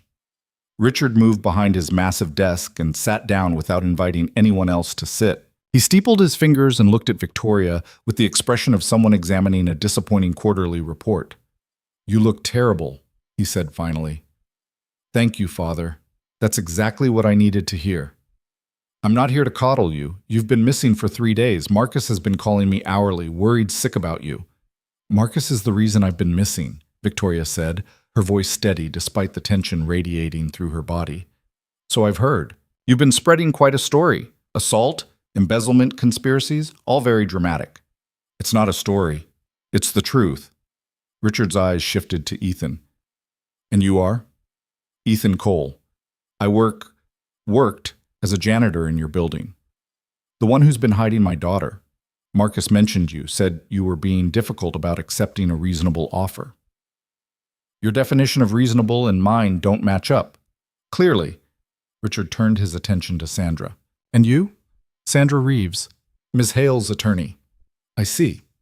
Victoria, your legal representation is already handled by the firm we've used for 20 years. Why do you need someone else? Because your lawyers work for you, not me. I needed someone who actually represents my interests. Your interests are the family's interests. Are they? Because from where I'm standing, the family's interests seem to involve protecting Marcus Bennett while he destroys me. Richard leaned back in his chair. Marcus is engaged to Senator Howard's daughter. The wedding is in 3 months. That alliance is important to our business interests in Washington. Your accusations against him are frankly inconvenient. Victoria flinched as if she'd been slapped. Inconvenient. He hit me, Father. He set me up for embezzlement. But sure, let's call it inconvenient. I'm not dismissing your concerns. Yes, you are. That's exactly what you're doing. What I'm doing, Richard said, his voice dropping to something colder, is trying to salvage a situation that you've made infinitely worse by running away and involving civilians. He gestured at Ethan. Do you have any idea the liability issues you've created? This man could sue us for everything. I'm not going to sue anyone, Ethan said. Not now, but give it time. Once you realize what kind of money is at stake, people like you always come around. People like me, Ethan repeated. People who work with their hands and struggle to make rent. People who see an opportunity and take it. I don't blame you, Mr. Cole. It's human nature. But don't pretend this is about noble intentions. Ethan felt anger rising in his chest, hot and sharp. You don't know anything about me. I know you make $32,000 a year. I know you have a 7-year-old daughter with chronic health issues. I know you're 3 months behind on credit card payments, and your car has 200,000 miles on it. I had you researched, Mr. Cole, very thoroughly. The casual invasion of privacy should have shocked Ethan, but somehow it didn't. This was Richard Hale's world, where information was currency and everyone had a price. Then you also know I turned down your offers, Ethan said. For now. But everyone breaks eventually. The trick is finding the right pressure point. Richard turned back to Victoria. The board meeting is this afternoon. You're expected to attend and answer questions about the missing funds. I'd suggest you prepare yourself. I'm prepared, and I have evidence that Marcus framed me. Evidence provided by Melissa Park, I assume, the junior accountant who's been having a nervous breakdown for the past 6 months. Very credible witness. Victoria's face went pale. How did you? I know everything that happens in my company, including when my daughter contacts junior employees in the middle of the night. Richard opened a drawer and pulled out a folder. Melissa Park has a history of mental health issues, depression, anxiety, 2 hospitalizations in college. Any defense attorney worth their fee will tear her testimony to pieces. That's not fair, Victoria said. She's telling the truth. Fair is irrelevant. What matters is what can be proven in court and what the board will believe. Right now, the board believes you've been under tremendous stress, that you've made some poor financial decisions, that Marcus tried to help you and you responded with false accusations when he ended your relationship. That's not what happened. I know that, but it's the story that's being told, and it's more convincing than yours. Sandra stepped forward. Mr. Hale, with respect, the evidence we have is substantial. Emails, financial records, documentation that clearly shows a pattern of fraud orchestrated by Mr. Bennett. We can prove— You can prove nothing, Richard interrupted. You can show paperwork that suggests irregularities. You can present testimony from a mentally unstable witness. You can make accusations. But proof? Legal, actionable proof that would stand up in court? You don't have that. Then help us get it, Victoria said. You have access to everything. Company servers, security footage, Marcus's communications. If you wanted to, you could find the proof we need. And why would I do that? Because I'm your daughter. The words hung in the air between them. Richard looked at Victoria for a long moment, his expression unreadable. You're my daughter, he said finally. You're also a liability. Right now, the best thing for this family, for this company, is for you to accept the board's findings, resign quietly, and disappear for a while. 6 months, a year, let things settle. Then we bring you back in a different role, something less public. You want me to just give up? I want you to be smart. This fight will cost you everything, your career, your reputation, your place in this family, and you won't win. Marcus has too many allies, too much support. You'll destroy yourself trying to take him down. So you're choosing him over me. I'm choosing what's best for the company. Victoria laughed, a sound that was more pain than humor. Of course you are. That's all that ever matters to you, the company, the empire, the Hale legacy. Never mind that your daughter is being destroyed. Never mind that a criminal is running free. As long as the quarterly earnings look good. Don't be dramatic. I'm not being dramatic. I'm being honest. For the first time in my life, I'm actually being honest with you. I'm telling you that Marcus Bennett assaulted me, framed me, and tried to ruin my life. And your response is to tell me to go away quietly. What does that say about you? Richard stood up, his face hardening. It says I'm a realist, It says I understand how the world works. Power matters, Victoria. Connections matter. Influence matters. Your mother never understood that, and it destroyed her. The temperature in the room seemed to drop. Victoria went very still. What did you say? She asked quietly. Your mother. She thought love mattered more than strategy. She thought integrity mattered more than results. She was wrong. Don't talk about her. Why not? She's dead. She's been dead for 16 years. And you want to know the real tragedy? She died believing her principles mattered, that standing up for what was right would somehow protect her. It didn't. It just got her killed. Victoria's voice was barely a whisper. What are you saying? Richard sat back down, suddenly looking tired. I'm saying your mother knew about my affairs, multiple affairs, over years.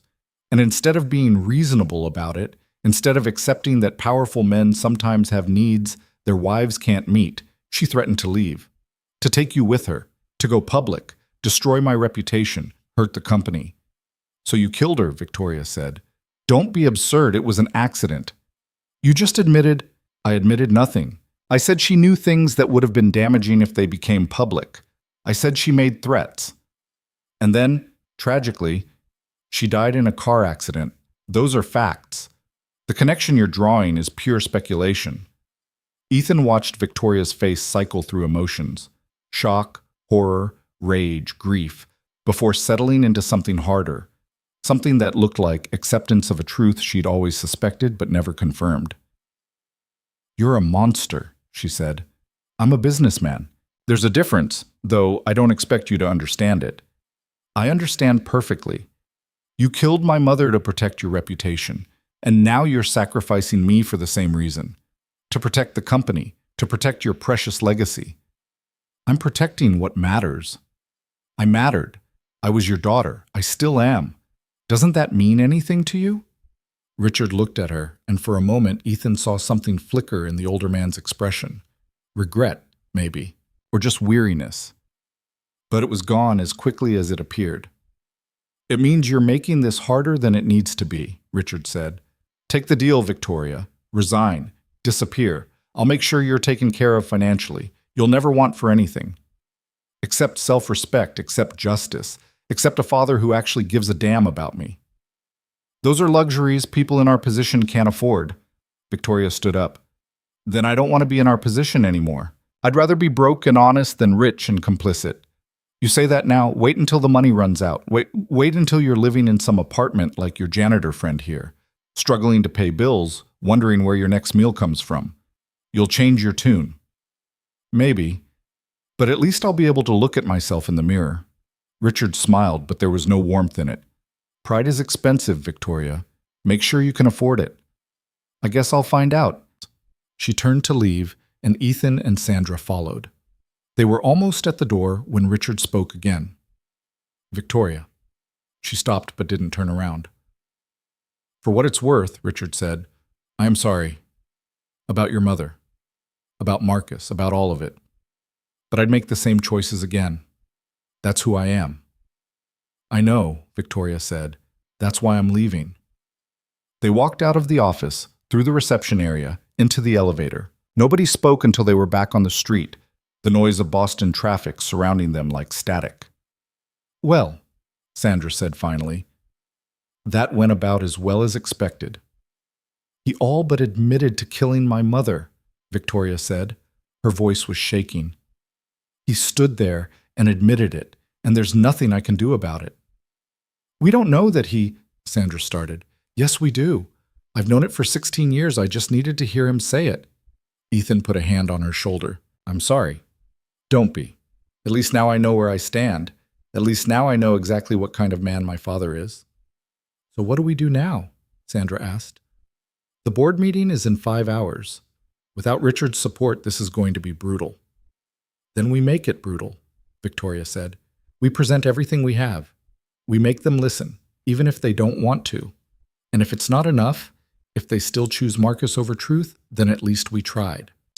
That's not a great plan, Sandra said. It's the only plan we have. They spent the next 4 hours at Sandra's office, preparing. Victoria practiced her presentation, anticipated questions, rehearsed responses. Sandra reviewed the evidence one more time, looking for weaknesses, trying to anticipate the board's objections.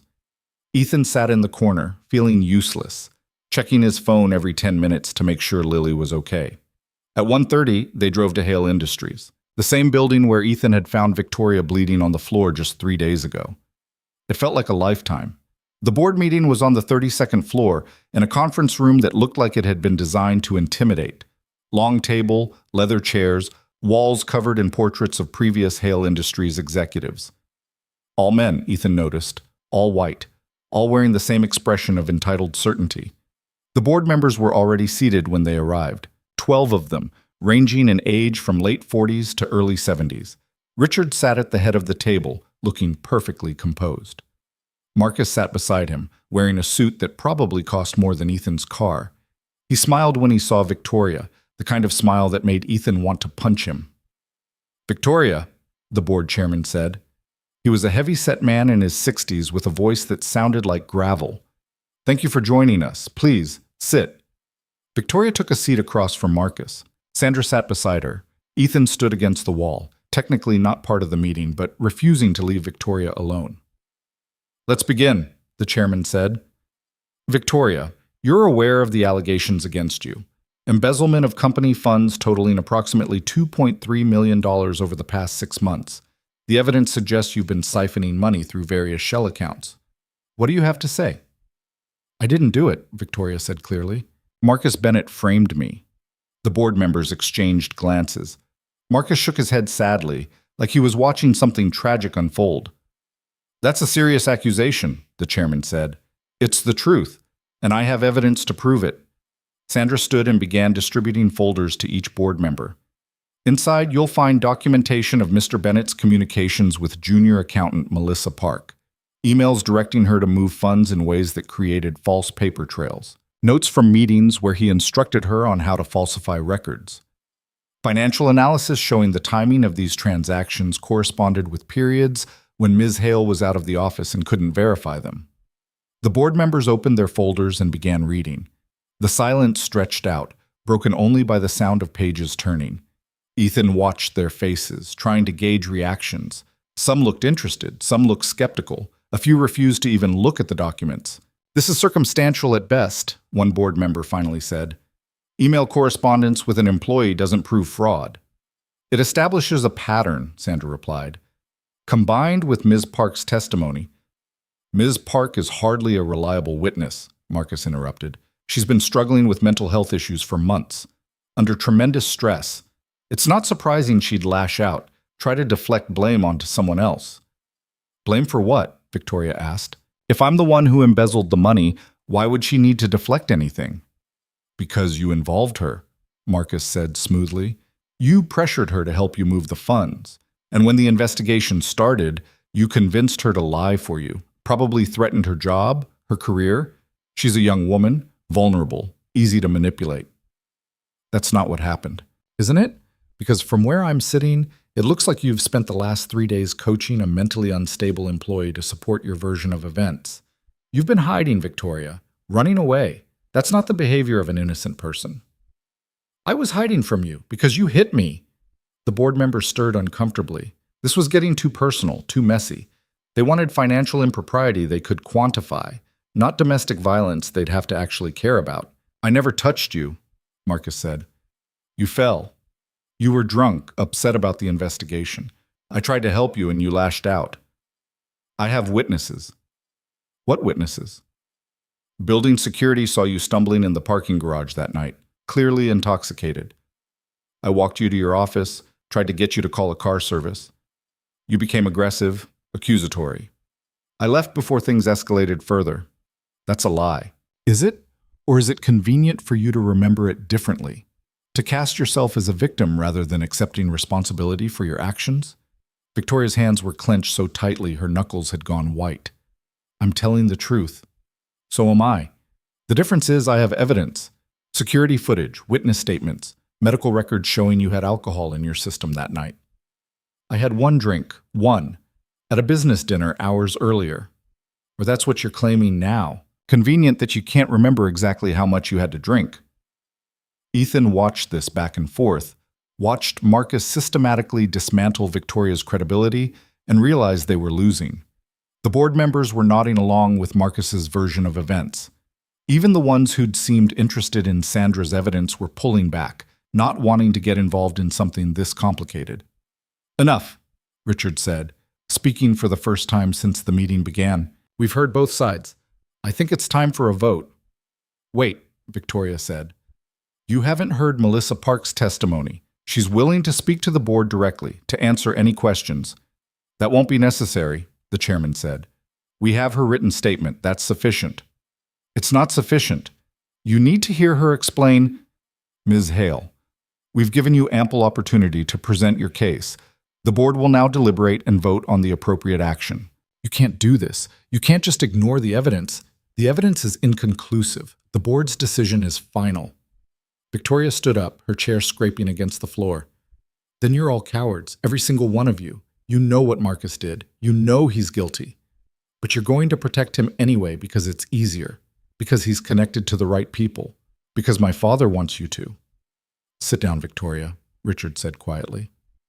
"No, I'm done sitting down. I'm done playing by rules designed to protect men like Marcus. You want to vote? Fine, vote. But I want every single person in this room to know that you're choosing a criminal over the truth. You're choosing power over justice, and that's something you'll have to live with." She grabbed her bag and walked out. Sandra followed, gathering up the folders the board members had barely looked at. Ethan moved to follow them, but Richard's voice stopped him. "Mr. Cole, a word." Ethan turned. The board members were standing, preparing to deliberate in private. Marcus was talking to one of them in a low voice, probably ensuring his victory. Richard stood by the windows, looking out at the city. "Make it quick," Ethan said. "I want to make you an offer, $1 million. Cash. Today. You disappear from my daughter's life, forever." Ethan stared at him. "You're insane." "I'm practical. Victoria needs to move on from this. From Marcus. From this company. From Boston. She needs to start over somewhere else. But she won't do that as long as you're around, as long as she has somewhere to hide." "I'm not hiding her. I'm helping her." "Same thing. She's using you as a crutch, Mr. Cole, as an excuse to avoid facing reality. The reality is that she lost. Marcus won. The sooner she accepts that, the sooner she can rebuild her life. By running away. By being smart. By choosing her battles. This isn't a battle she can win. Maybe not. But at least she's fighting. Fighting gets you hurt. Fighting gets you destroyed. I learned that a long time ago. I'm trying to save my daughter from learning it the hard way. By paying me to abandon her. By removing the obstacle preventing her from moving forward. Take the money, Mr. Cole. Take care of your daughter. Give her the life she deserves. That's what a good father does." Ethan felt sick. "You think buying me off makes you a good father?" "I think protecting my interests makes me a practical one. And right now my interest is in getting Victoria out of Boston and away from this mess. You're preventing that from happening. I'm preventing you from controlling her." "Same thing," Richard said again. He pulled out a checkbook, wrote something, tore off the check and held it out. $1 million, more money than you'll see in a lifetime. Take it." Ethan looked at the check. $1 million. He could pay off every debt, buy a house, put Lily through college. Never worry about money again. Never lie awake at night wondering how he'd pay for her medication, her doctor's visits, her future. All he had to do was walk away from Victoria. "No," he said. Richard frowned. "Excuse me?" "I said no. Keep your money." "Don't be foolish." "I'm not being foolish. I'm being honest. Something you've apparently forgotten how to do." He turned and walked out, leaving Richard Hale standing alone with his check, probably for the first time in his life, unable to buy what he wanted. Victoria and Sandra were in the lobby, Victoria pacing like a caged animal. When she saw Ethan, she stopped. What did he want? To make me an offer I couldn't refuse. And I refused it anyway. Something in Victoria's expression cracked. How much? Does it matter? Yes. $1 million. She closed her eyes. Oh, it's okay. It's not okay. That's life-changing money. That's Lily's future. And you turned it down because of me. I turned it down because it was wrong. There's a difference. Is there? Because from where I'm standing, it looks like I've cost you everything. Your job, your peace of mind, and now $1 million. At what point do you stop sacrificing for someone you barely know? When it stops being the right thing to do. And when will that be? Ethan thought about this. About Lily, about Emily, about the man he wanted to be versus the man circumstances kept trying to turn him into. About the fact that doing the right thing was supposed to feel good, but mostly just felt exhausting. I don't know, he admitted. But not today. Victoria looked at him for a long moment, and something shifted in her expression. Something that looked like understanding, or maybe resignation. You're going to regret this. Probably, but I'll regret the alternative more. Sandra's phone buzzed. She looked at it, and her face went pale. The board just voted. You're out, Victoria, effective immediately. They're also recommending the district attorney press criminal charges for embezzlement. Of course they are, Victoria said. She sounded tired. What about Marcus? Cleared of all allegations. The board formally apologized to him for the distress caused by your accusations. Victoria laughed, a sound that held no humor. Perfect. Just perfect. There's more. Your father issued a statement. You're officially disowned from the Hale family. Your trust fund is frozen. Your company's stock is being seized.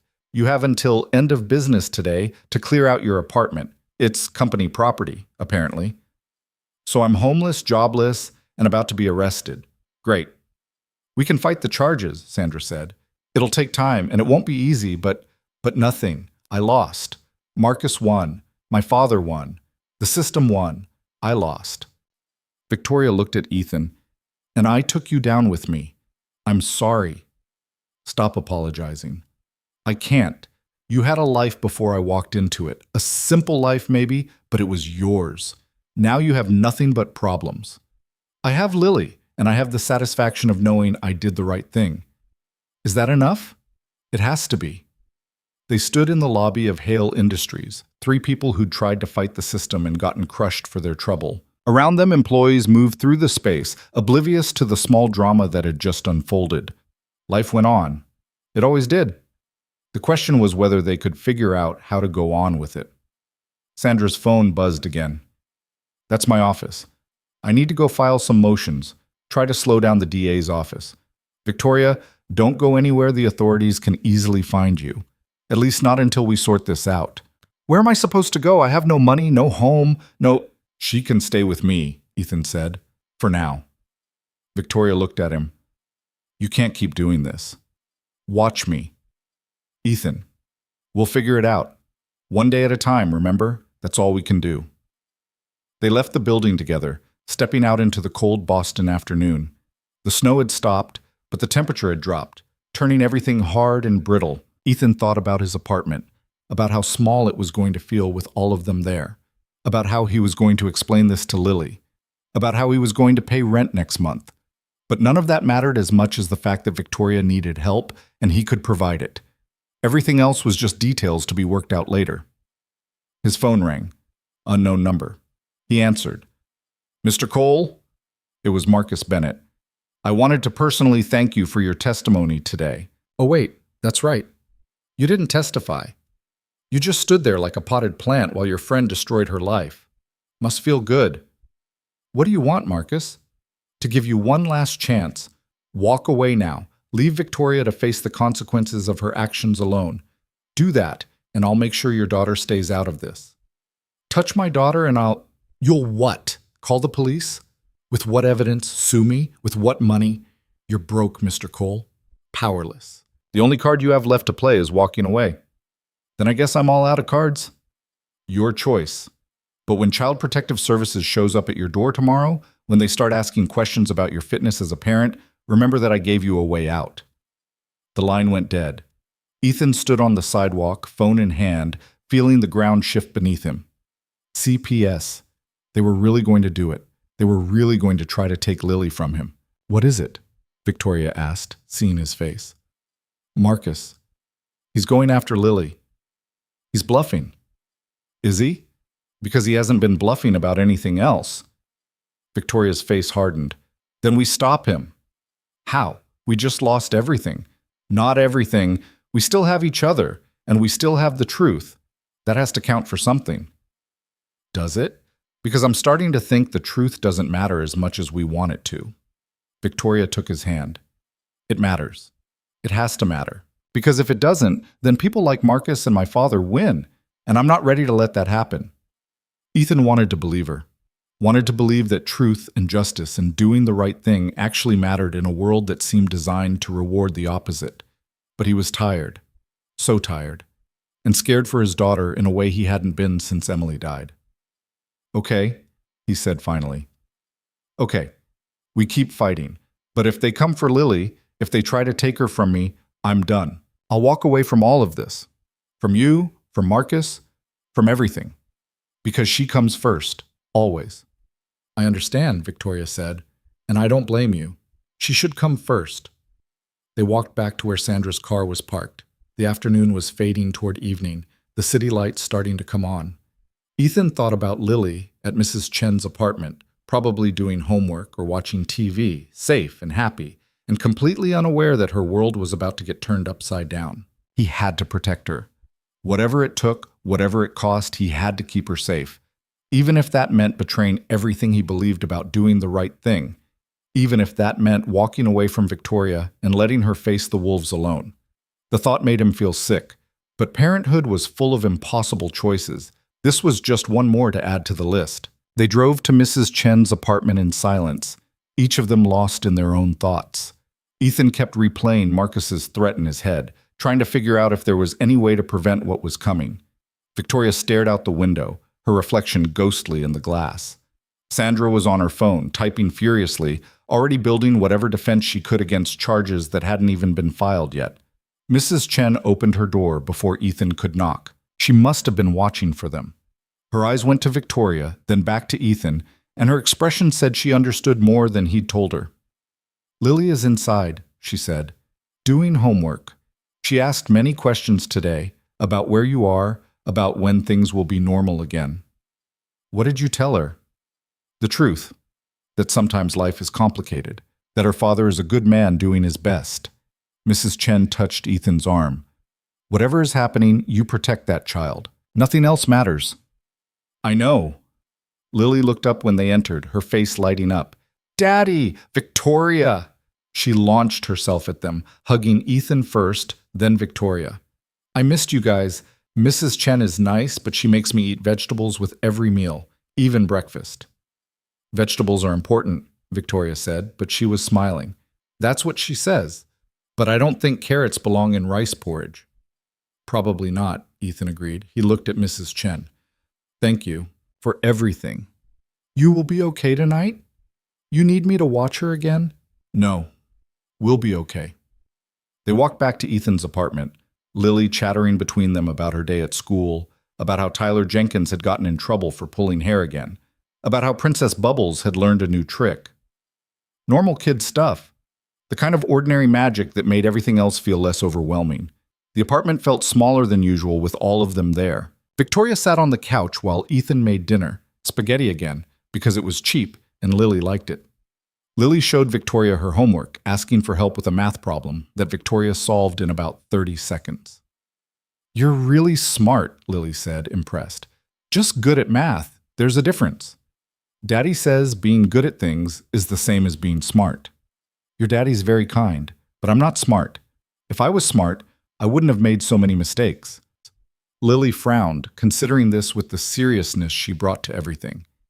Mrs. Patterson says mistakes are how we learn, so if you made lots of mistakes, you probably learned lots of things. That's a good way to think about it. Do you feel like you learned things? Victoria looked at Lily, then at Ethan in the kitchen, then back at Lily. Yeah, I think I did. They ate dinner together, the four of them crammed around the small table. Sandra had joined them, bringing Chinese takeout to supplement the spaghetti. It was too much food and not enough space, but somehow it worked. Lily kept the conversation going, asking Sandra about being a lawyer, asking Victoria about what it was like to work in a tall building, asking questions that nobody really wanted to answer but answered anyway because that's what you did for kids. After dinner, Ethan gave Lily her bath and put her to bed. She insisted on saying goodnight to Victoria and Sandra, hugging them both like they were family now. Maybe they were. Family wasn't always about blood. Sometimes it was about who showed up when things got hard. "Read me a story," Lily asked when she was tucked in. "Which one?" "The one about the lion and the kids who go to the magic place." Ethan pulled out The Lion, the Witch, and the Wardrobe, well worn from multiple readings. He opened to where they'd left off, but before he could start, Lily spoke. "Daddy, are you in trouble?" Ethan's throat tightened. "What makes you ask that?" "Because you keep checking your phone and you have that look, the one you get when bills come in the mail." "I'm not in trouble, Bug. Just dealing with some complicated stuff." "Is Victoria in trouble?" "Yeah, she is." "Are you helping her?" "Trying to." Lily was quiet for a moment. "That's good. Mommy always said we should help people who need it, even when it's hard." "Your mommy was right. I miss her." "I know, me too. But I'm glad we have Victoria now, and Sandra, and Mrs. Chen.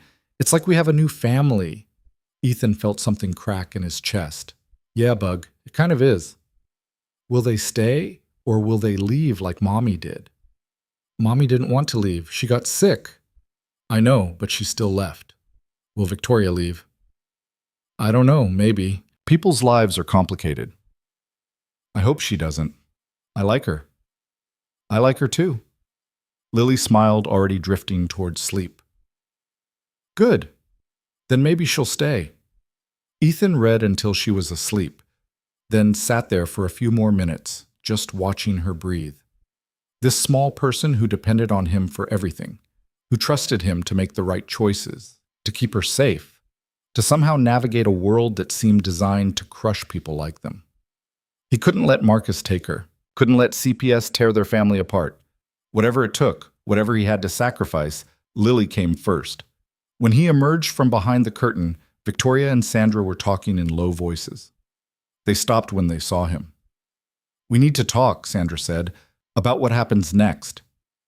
They sat around the small table, coffee cups in hand, and Sandra laid out the situation. The DA would likely file charges within the next few days. CPS would probably investigate Ethan based on Marcus's accusations.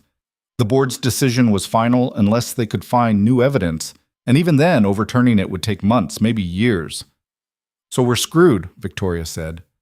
"Not necessarily, but we need to be realistic about what we're facing. Victoria, you're looking at serious jail time if convicted. Ethan, you could lose custody of Lily, at least temporarily, while they investigate." "No," Ethan said firmly. "That's not happening. It might not be up to you." "Then I'll run. I'll take Lily and disappear before I let them take her from me." "That's a felony. You'd be kidnapping your own child, technically, and they'd find you eventually." "Maybe, but at least she'd be with me." Victoria reached across the table and took his hand. Don't throw your life away because of me." "I'm not. I'm protecting my daughter." "By running? By making her a fugitive? That's not protecting her, Ethan. That's destroying both your futures." "So what do you want me to do? Just sit here and wait for them to take her?" "I want you to let me fix this." "How?" "You just lost everything. You have no power, no money, no leverage. What can you possibly do?" Victoria was quiet for a long moment. When she spoke, her voice was steady. "I can give them what they want. I can confess to the embezzlement, take full responsibility. In exchange, they drop all investigations into you, leave you and Lily alone." "No," Ethan said immediately. "It's the only way." "It's not the only way.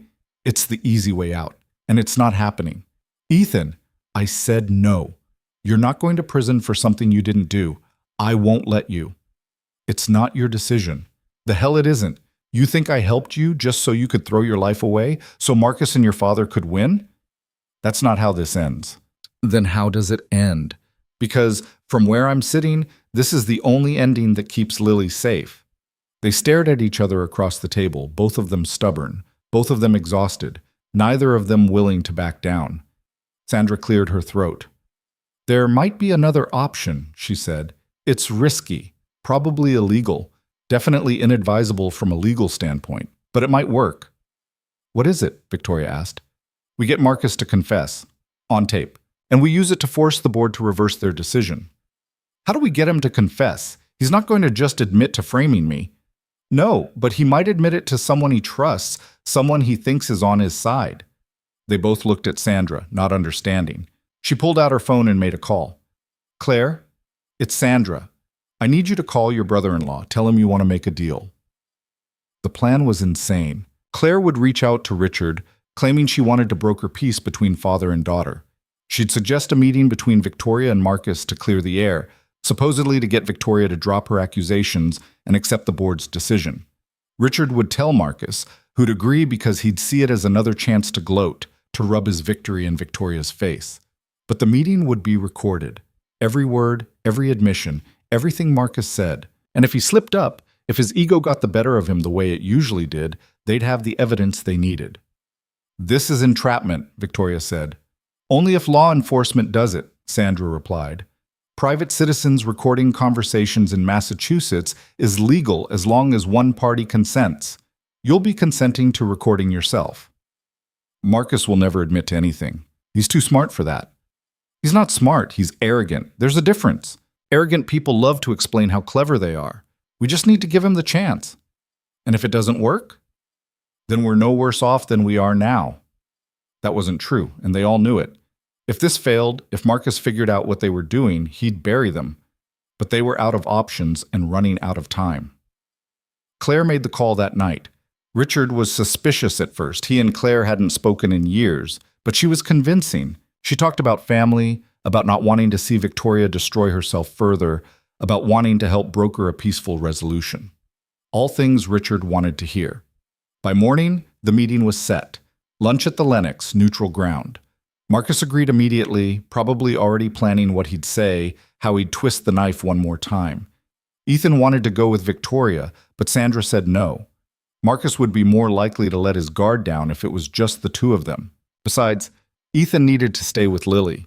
CPS could show up anytime, and he needed to be there when they did.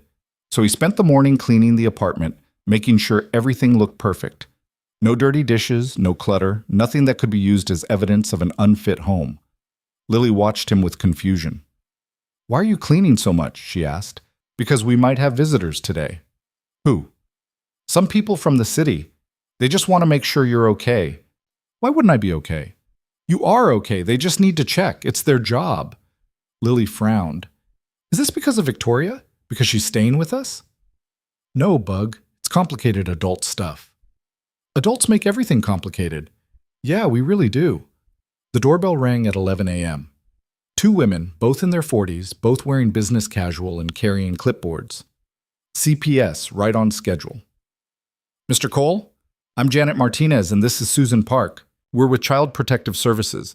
We received a complaint regarding your daughter's welfare. May we come in?" Ethan wanted to slam the door in their faces, wanted to grab Lily and run. Instead, he stepped aside. Of course. They spent an hour going through everything: the apartment, Lily's room, her school records, her medical history. They asked Lily questions about how she felt, whether she was safe, whether anyone had hurt her. Lily answered honestly, confusion growing in her eyes as she realized something was wrong. "Your apartment is small," Janet said when they'd finished with Lily. "And you work nights. Who watches your daughter during those times?" "Mrs. Chen. She lives downstairs. She's been watching Lily for months." "Is she licensed for childcare?" "She's a neighbor helping out. I pay her." "Unlicensed childcare is a concern, Mr. Cole." "She's not childcare. She's family." "She's not actually family, though, is she?" Ethan felt his temper rising. "What exactly are you accusing me of?" "No one's accusing you of anything. We're just doing our job. But we have concerns. The complaint mentioned that you've been housing a woman who's currently under investigation for embezzlement, that you've been missing work, that you've been behaving erratically.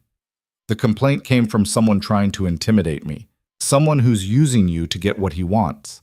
That's not how this works, Mr. Cole. We don't investigate based on personal vendettas." "Don't you?" "Because it seems like you're here doing exactly what Marcus Bennett wanted you to do." Janet exchanged a glance with Susan. "We don't know anyone named Marcus Bennett. This complaint came through our normal channels." "Right. And I'm sure it's just a coincidence that it happened the day after I refused to take his money."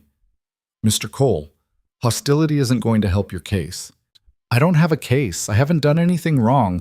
My daughter is healthy, happy, and loved. That should be enough. Unfortunately, it's not just about love. It's about stability, resources, appropriate living conditions. Your apartment is very small for 2 people. It's what I can afford. We understand that, but we have to consider what's best for Lily. What's best for Lily is staying with her father, the only parent she has left. Janet softened slightly. Mr. Cole, I know this is difficult, but you need to understand our position. We're not trying to punish you. We're trying to ensure your daughter's safety. She's safe with me. For now, yes, but if these allegations have merit, they don't. Then you have nothing to worry about. We'll complete our investigation and close the case. How long will that take? A few weeks, maybe longer. In the meantime, we'll need to make periodic visits. Check in on Lily. Make sure everything remains stable. Fine. Visit whenever you want. You won't find anything because there's nothing to find.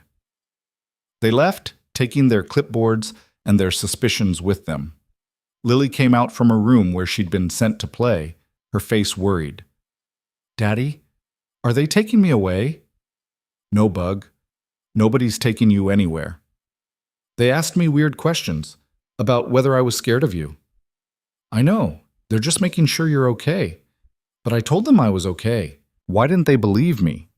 Because sometimes adults don't listen to kids the way they should. That's dumb. Yeah, it really is. His phone rang. Victoria. How'd it go? She asked. About as well as expected. You? He took the bait. We're meeting in an hour. Sandra's setting up the recording equipment now. Be careful. I will. Ethan, if this doesn't work, if something goes wrong, don't say goodbye. Not yet. Okay. But just in case. Thank you for everything. Thank me when it's over. The line went dead. Ethan looked at Lily, at his small apartment, at the life he'd built from nothing after Emily died. It wasn't much, but it was theirs, and he'd be damned if he let Marcus Bennett or Richard Hale or anyone else take it from them. Victoria sat in the Lennox exactly where she'd sat days earlier, when this had all started. Sandra had fitted her with a recording device, a small microphone hidden in her necklace, a backup in her purse. Everything Marcus said would be captured, stored, uploaded to a secure server in real time. All she had to do was get him to talk. Marcus arrived 10 minutes late because, of course, he did. He looked pleased with himself, like a cat that had caught an especially troublesome mouse. He sat down across from her and smiled.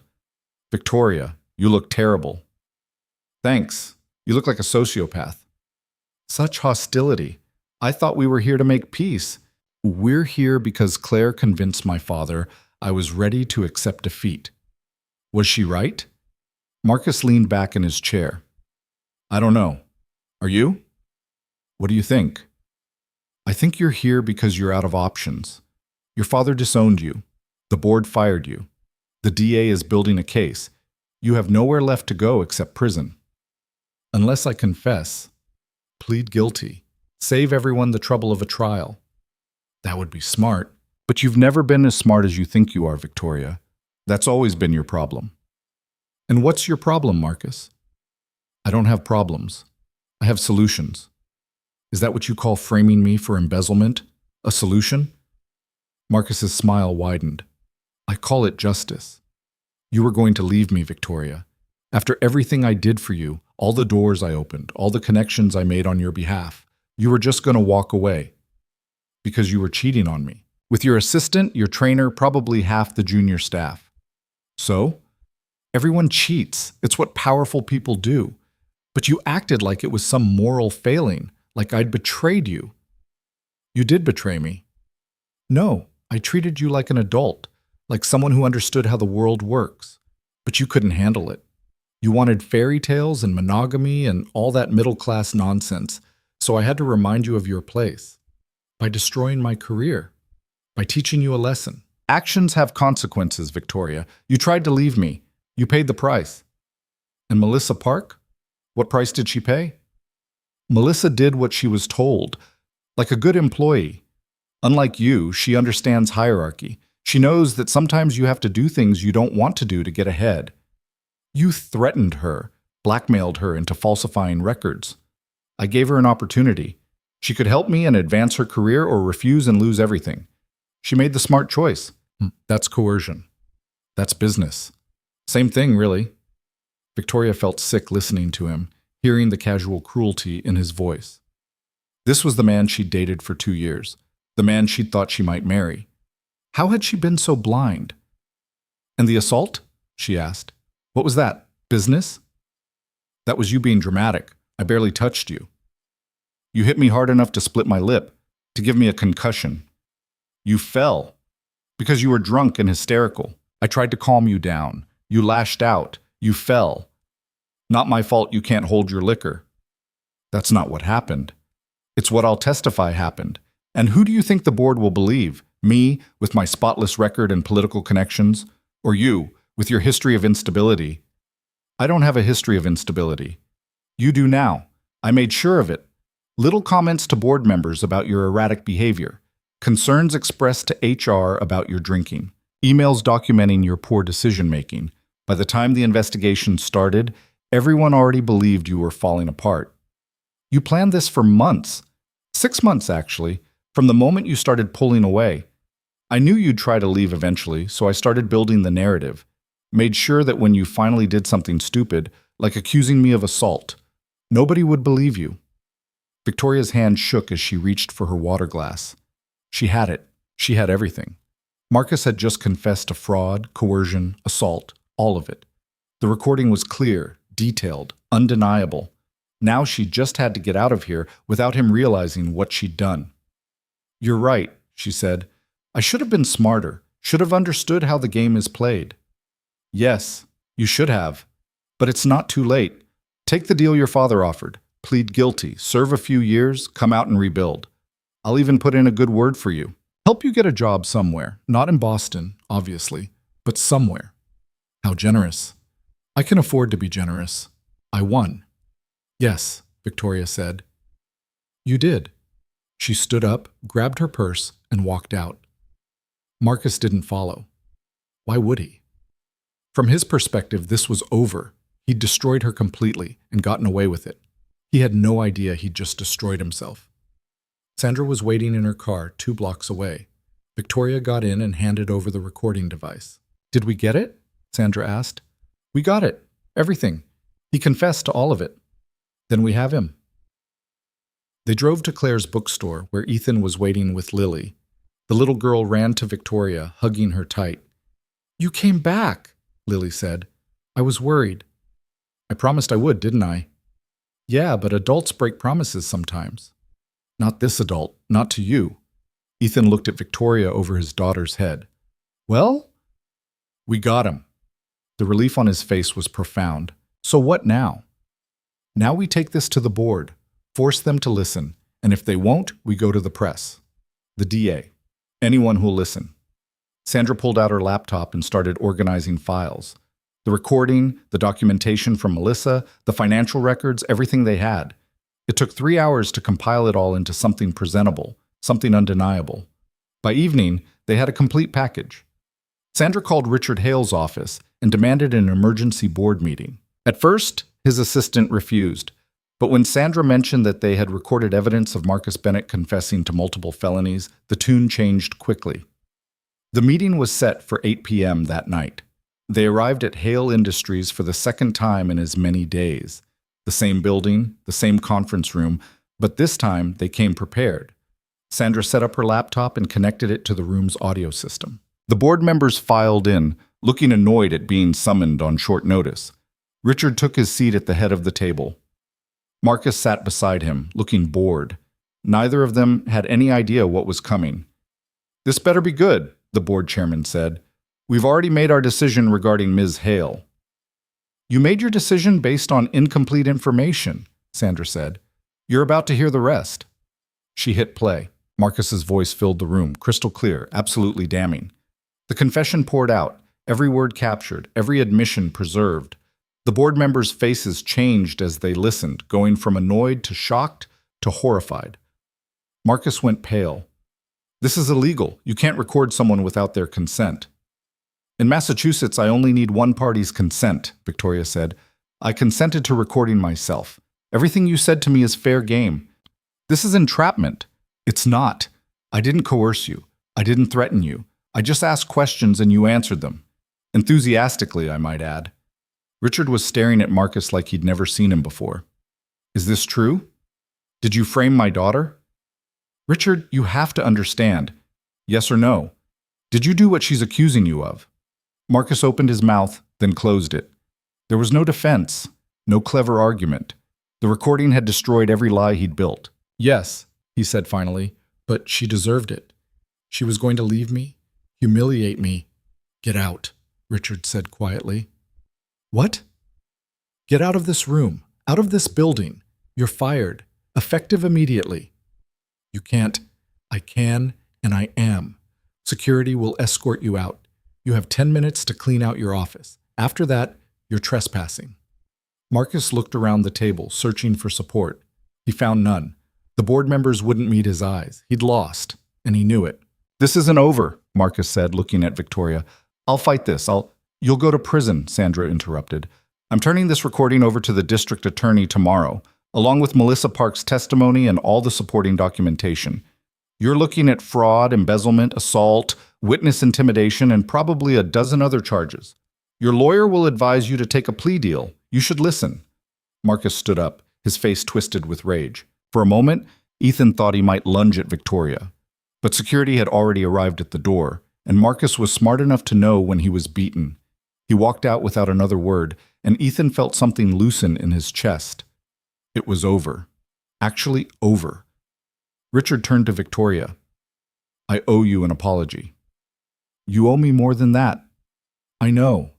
I chose wrong. I believed Marcus because it was easier, because it fit my narrative, because I've spent so long prioritizing the company over everything else that I forgot what actually matters. And what's that? Family, people, the truth. Richard looked old suddenly, worn down by years of compromises and calculated decisions. Your mother would be ashamed of me. She would, Victoria agreed, but maybe it's not too late. Maybe you can still choose differently. What do you want from me? I want you to acknowledge what happened, publicly.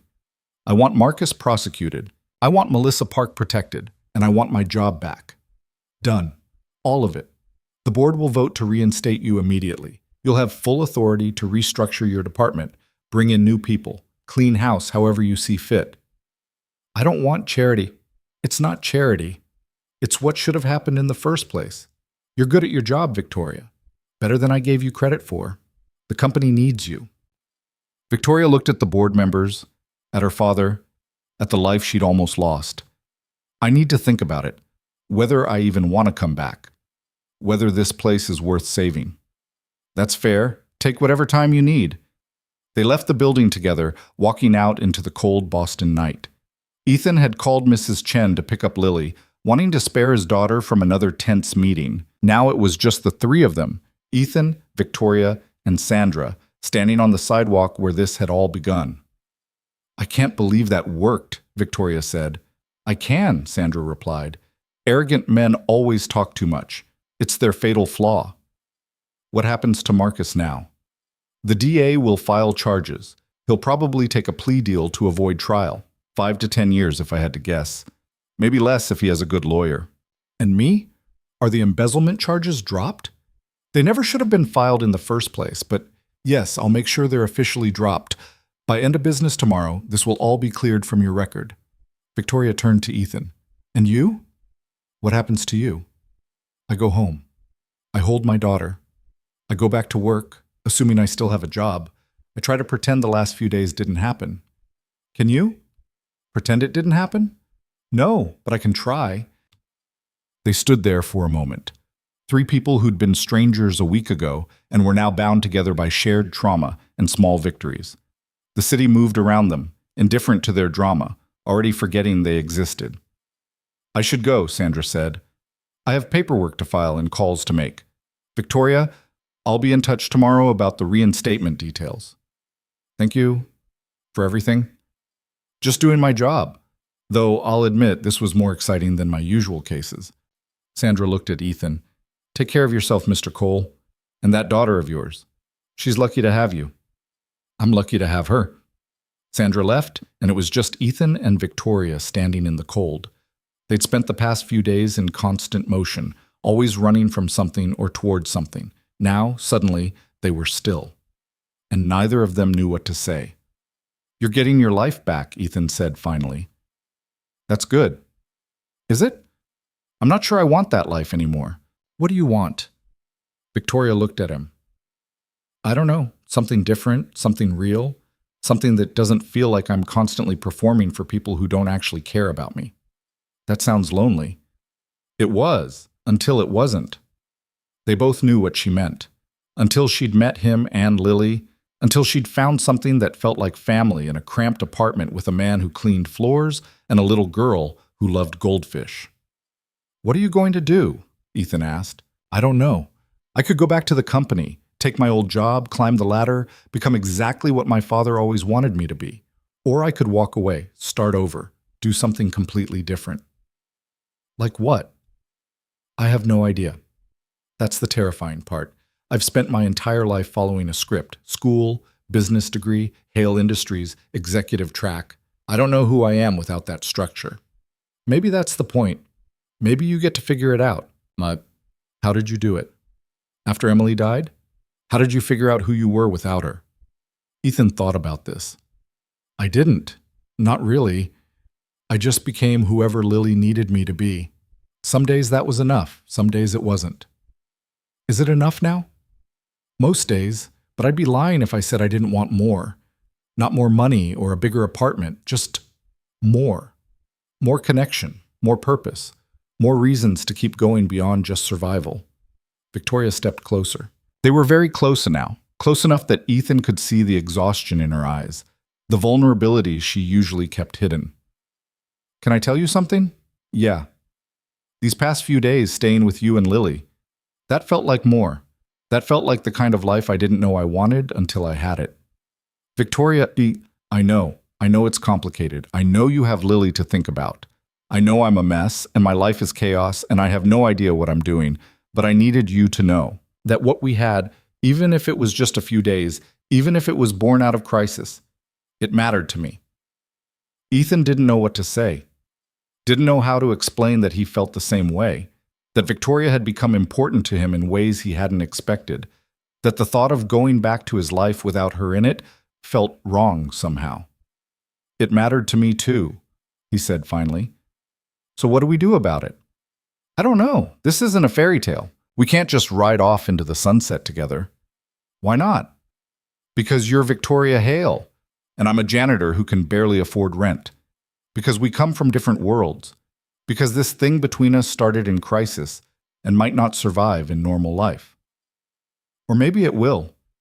Maybe we're stronger than we think. Maybe. But I can't risk Lily getting hurt. She's already attached to you. If you leave, if this doesn't work, then she'll be sad. And she'll heal. Because that's what people do. They hurt, and they heal, and they keep going. You know that better than anyone." Ethan wanted to argue, wanted to list all the reasons this couldn't work, all the obstacles in their way.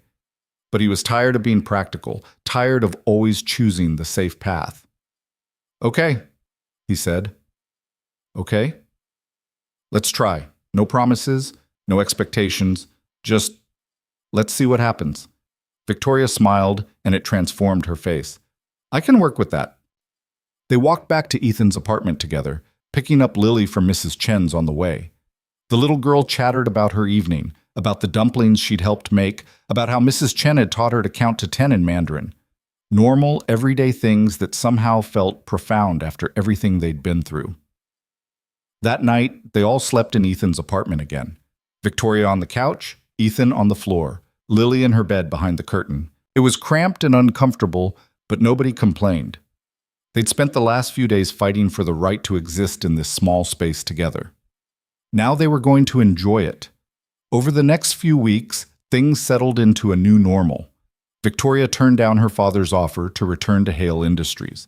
Instead, she took a job at a nonprofit focused on supporting women in business. The pay was a fraction of what she'd made before, but the work felt meaningful in a way her old job never had. She also got her own apartment, a modest place in Somerville near Claire's bookstore. But most nights, she ended up at Ethan's place, having dinner with him and Lily, reading bedtime stories, washing dishes together while Lily did homework. It wasn't the life either of them had planned, but it was the life they were building together. Marcus Bennett took a plea deal, 7 years for fraud and embezzlement. Richard Hale announced his retirement from Hale Industries, surprising everyone. He reached out to Victoria a few times, trying to repair their relationship. She responded sometimes, but kept her distance. Some wounds took time to heal, and some never healed at all. Melissa Park got a new job at a smaller firm, one where her work was valued and her mental health supported. She sent Victoria a card thanking her for giving her a second chance. Victoria kept it on her refrigerator, a reminder that doing the right thing sometimes helped more people than you realized. The CPS investigation was closed after 2 months.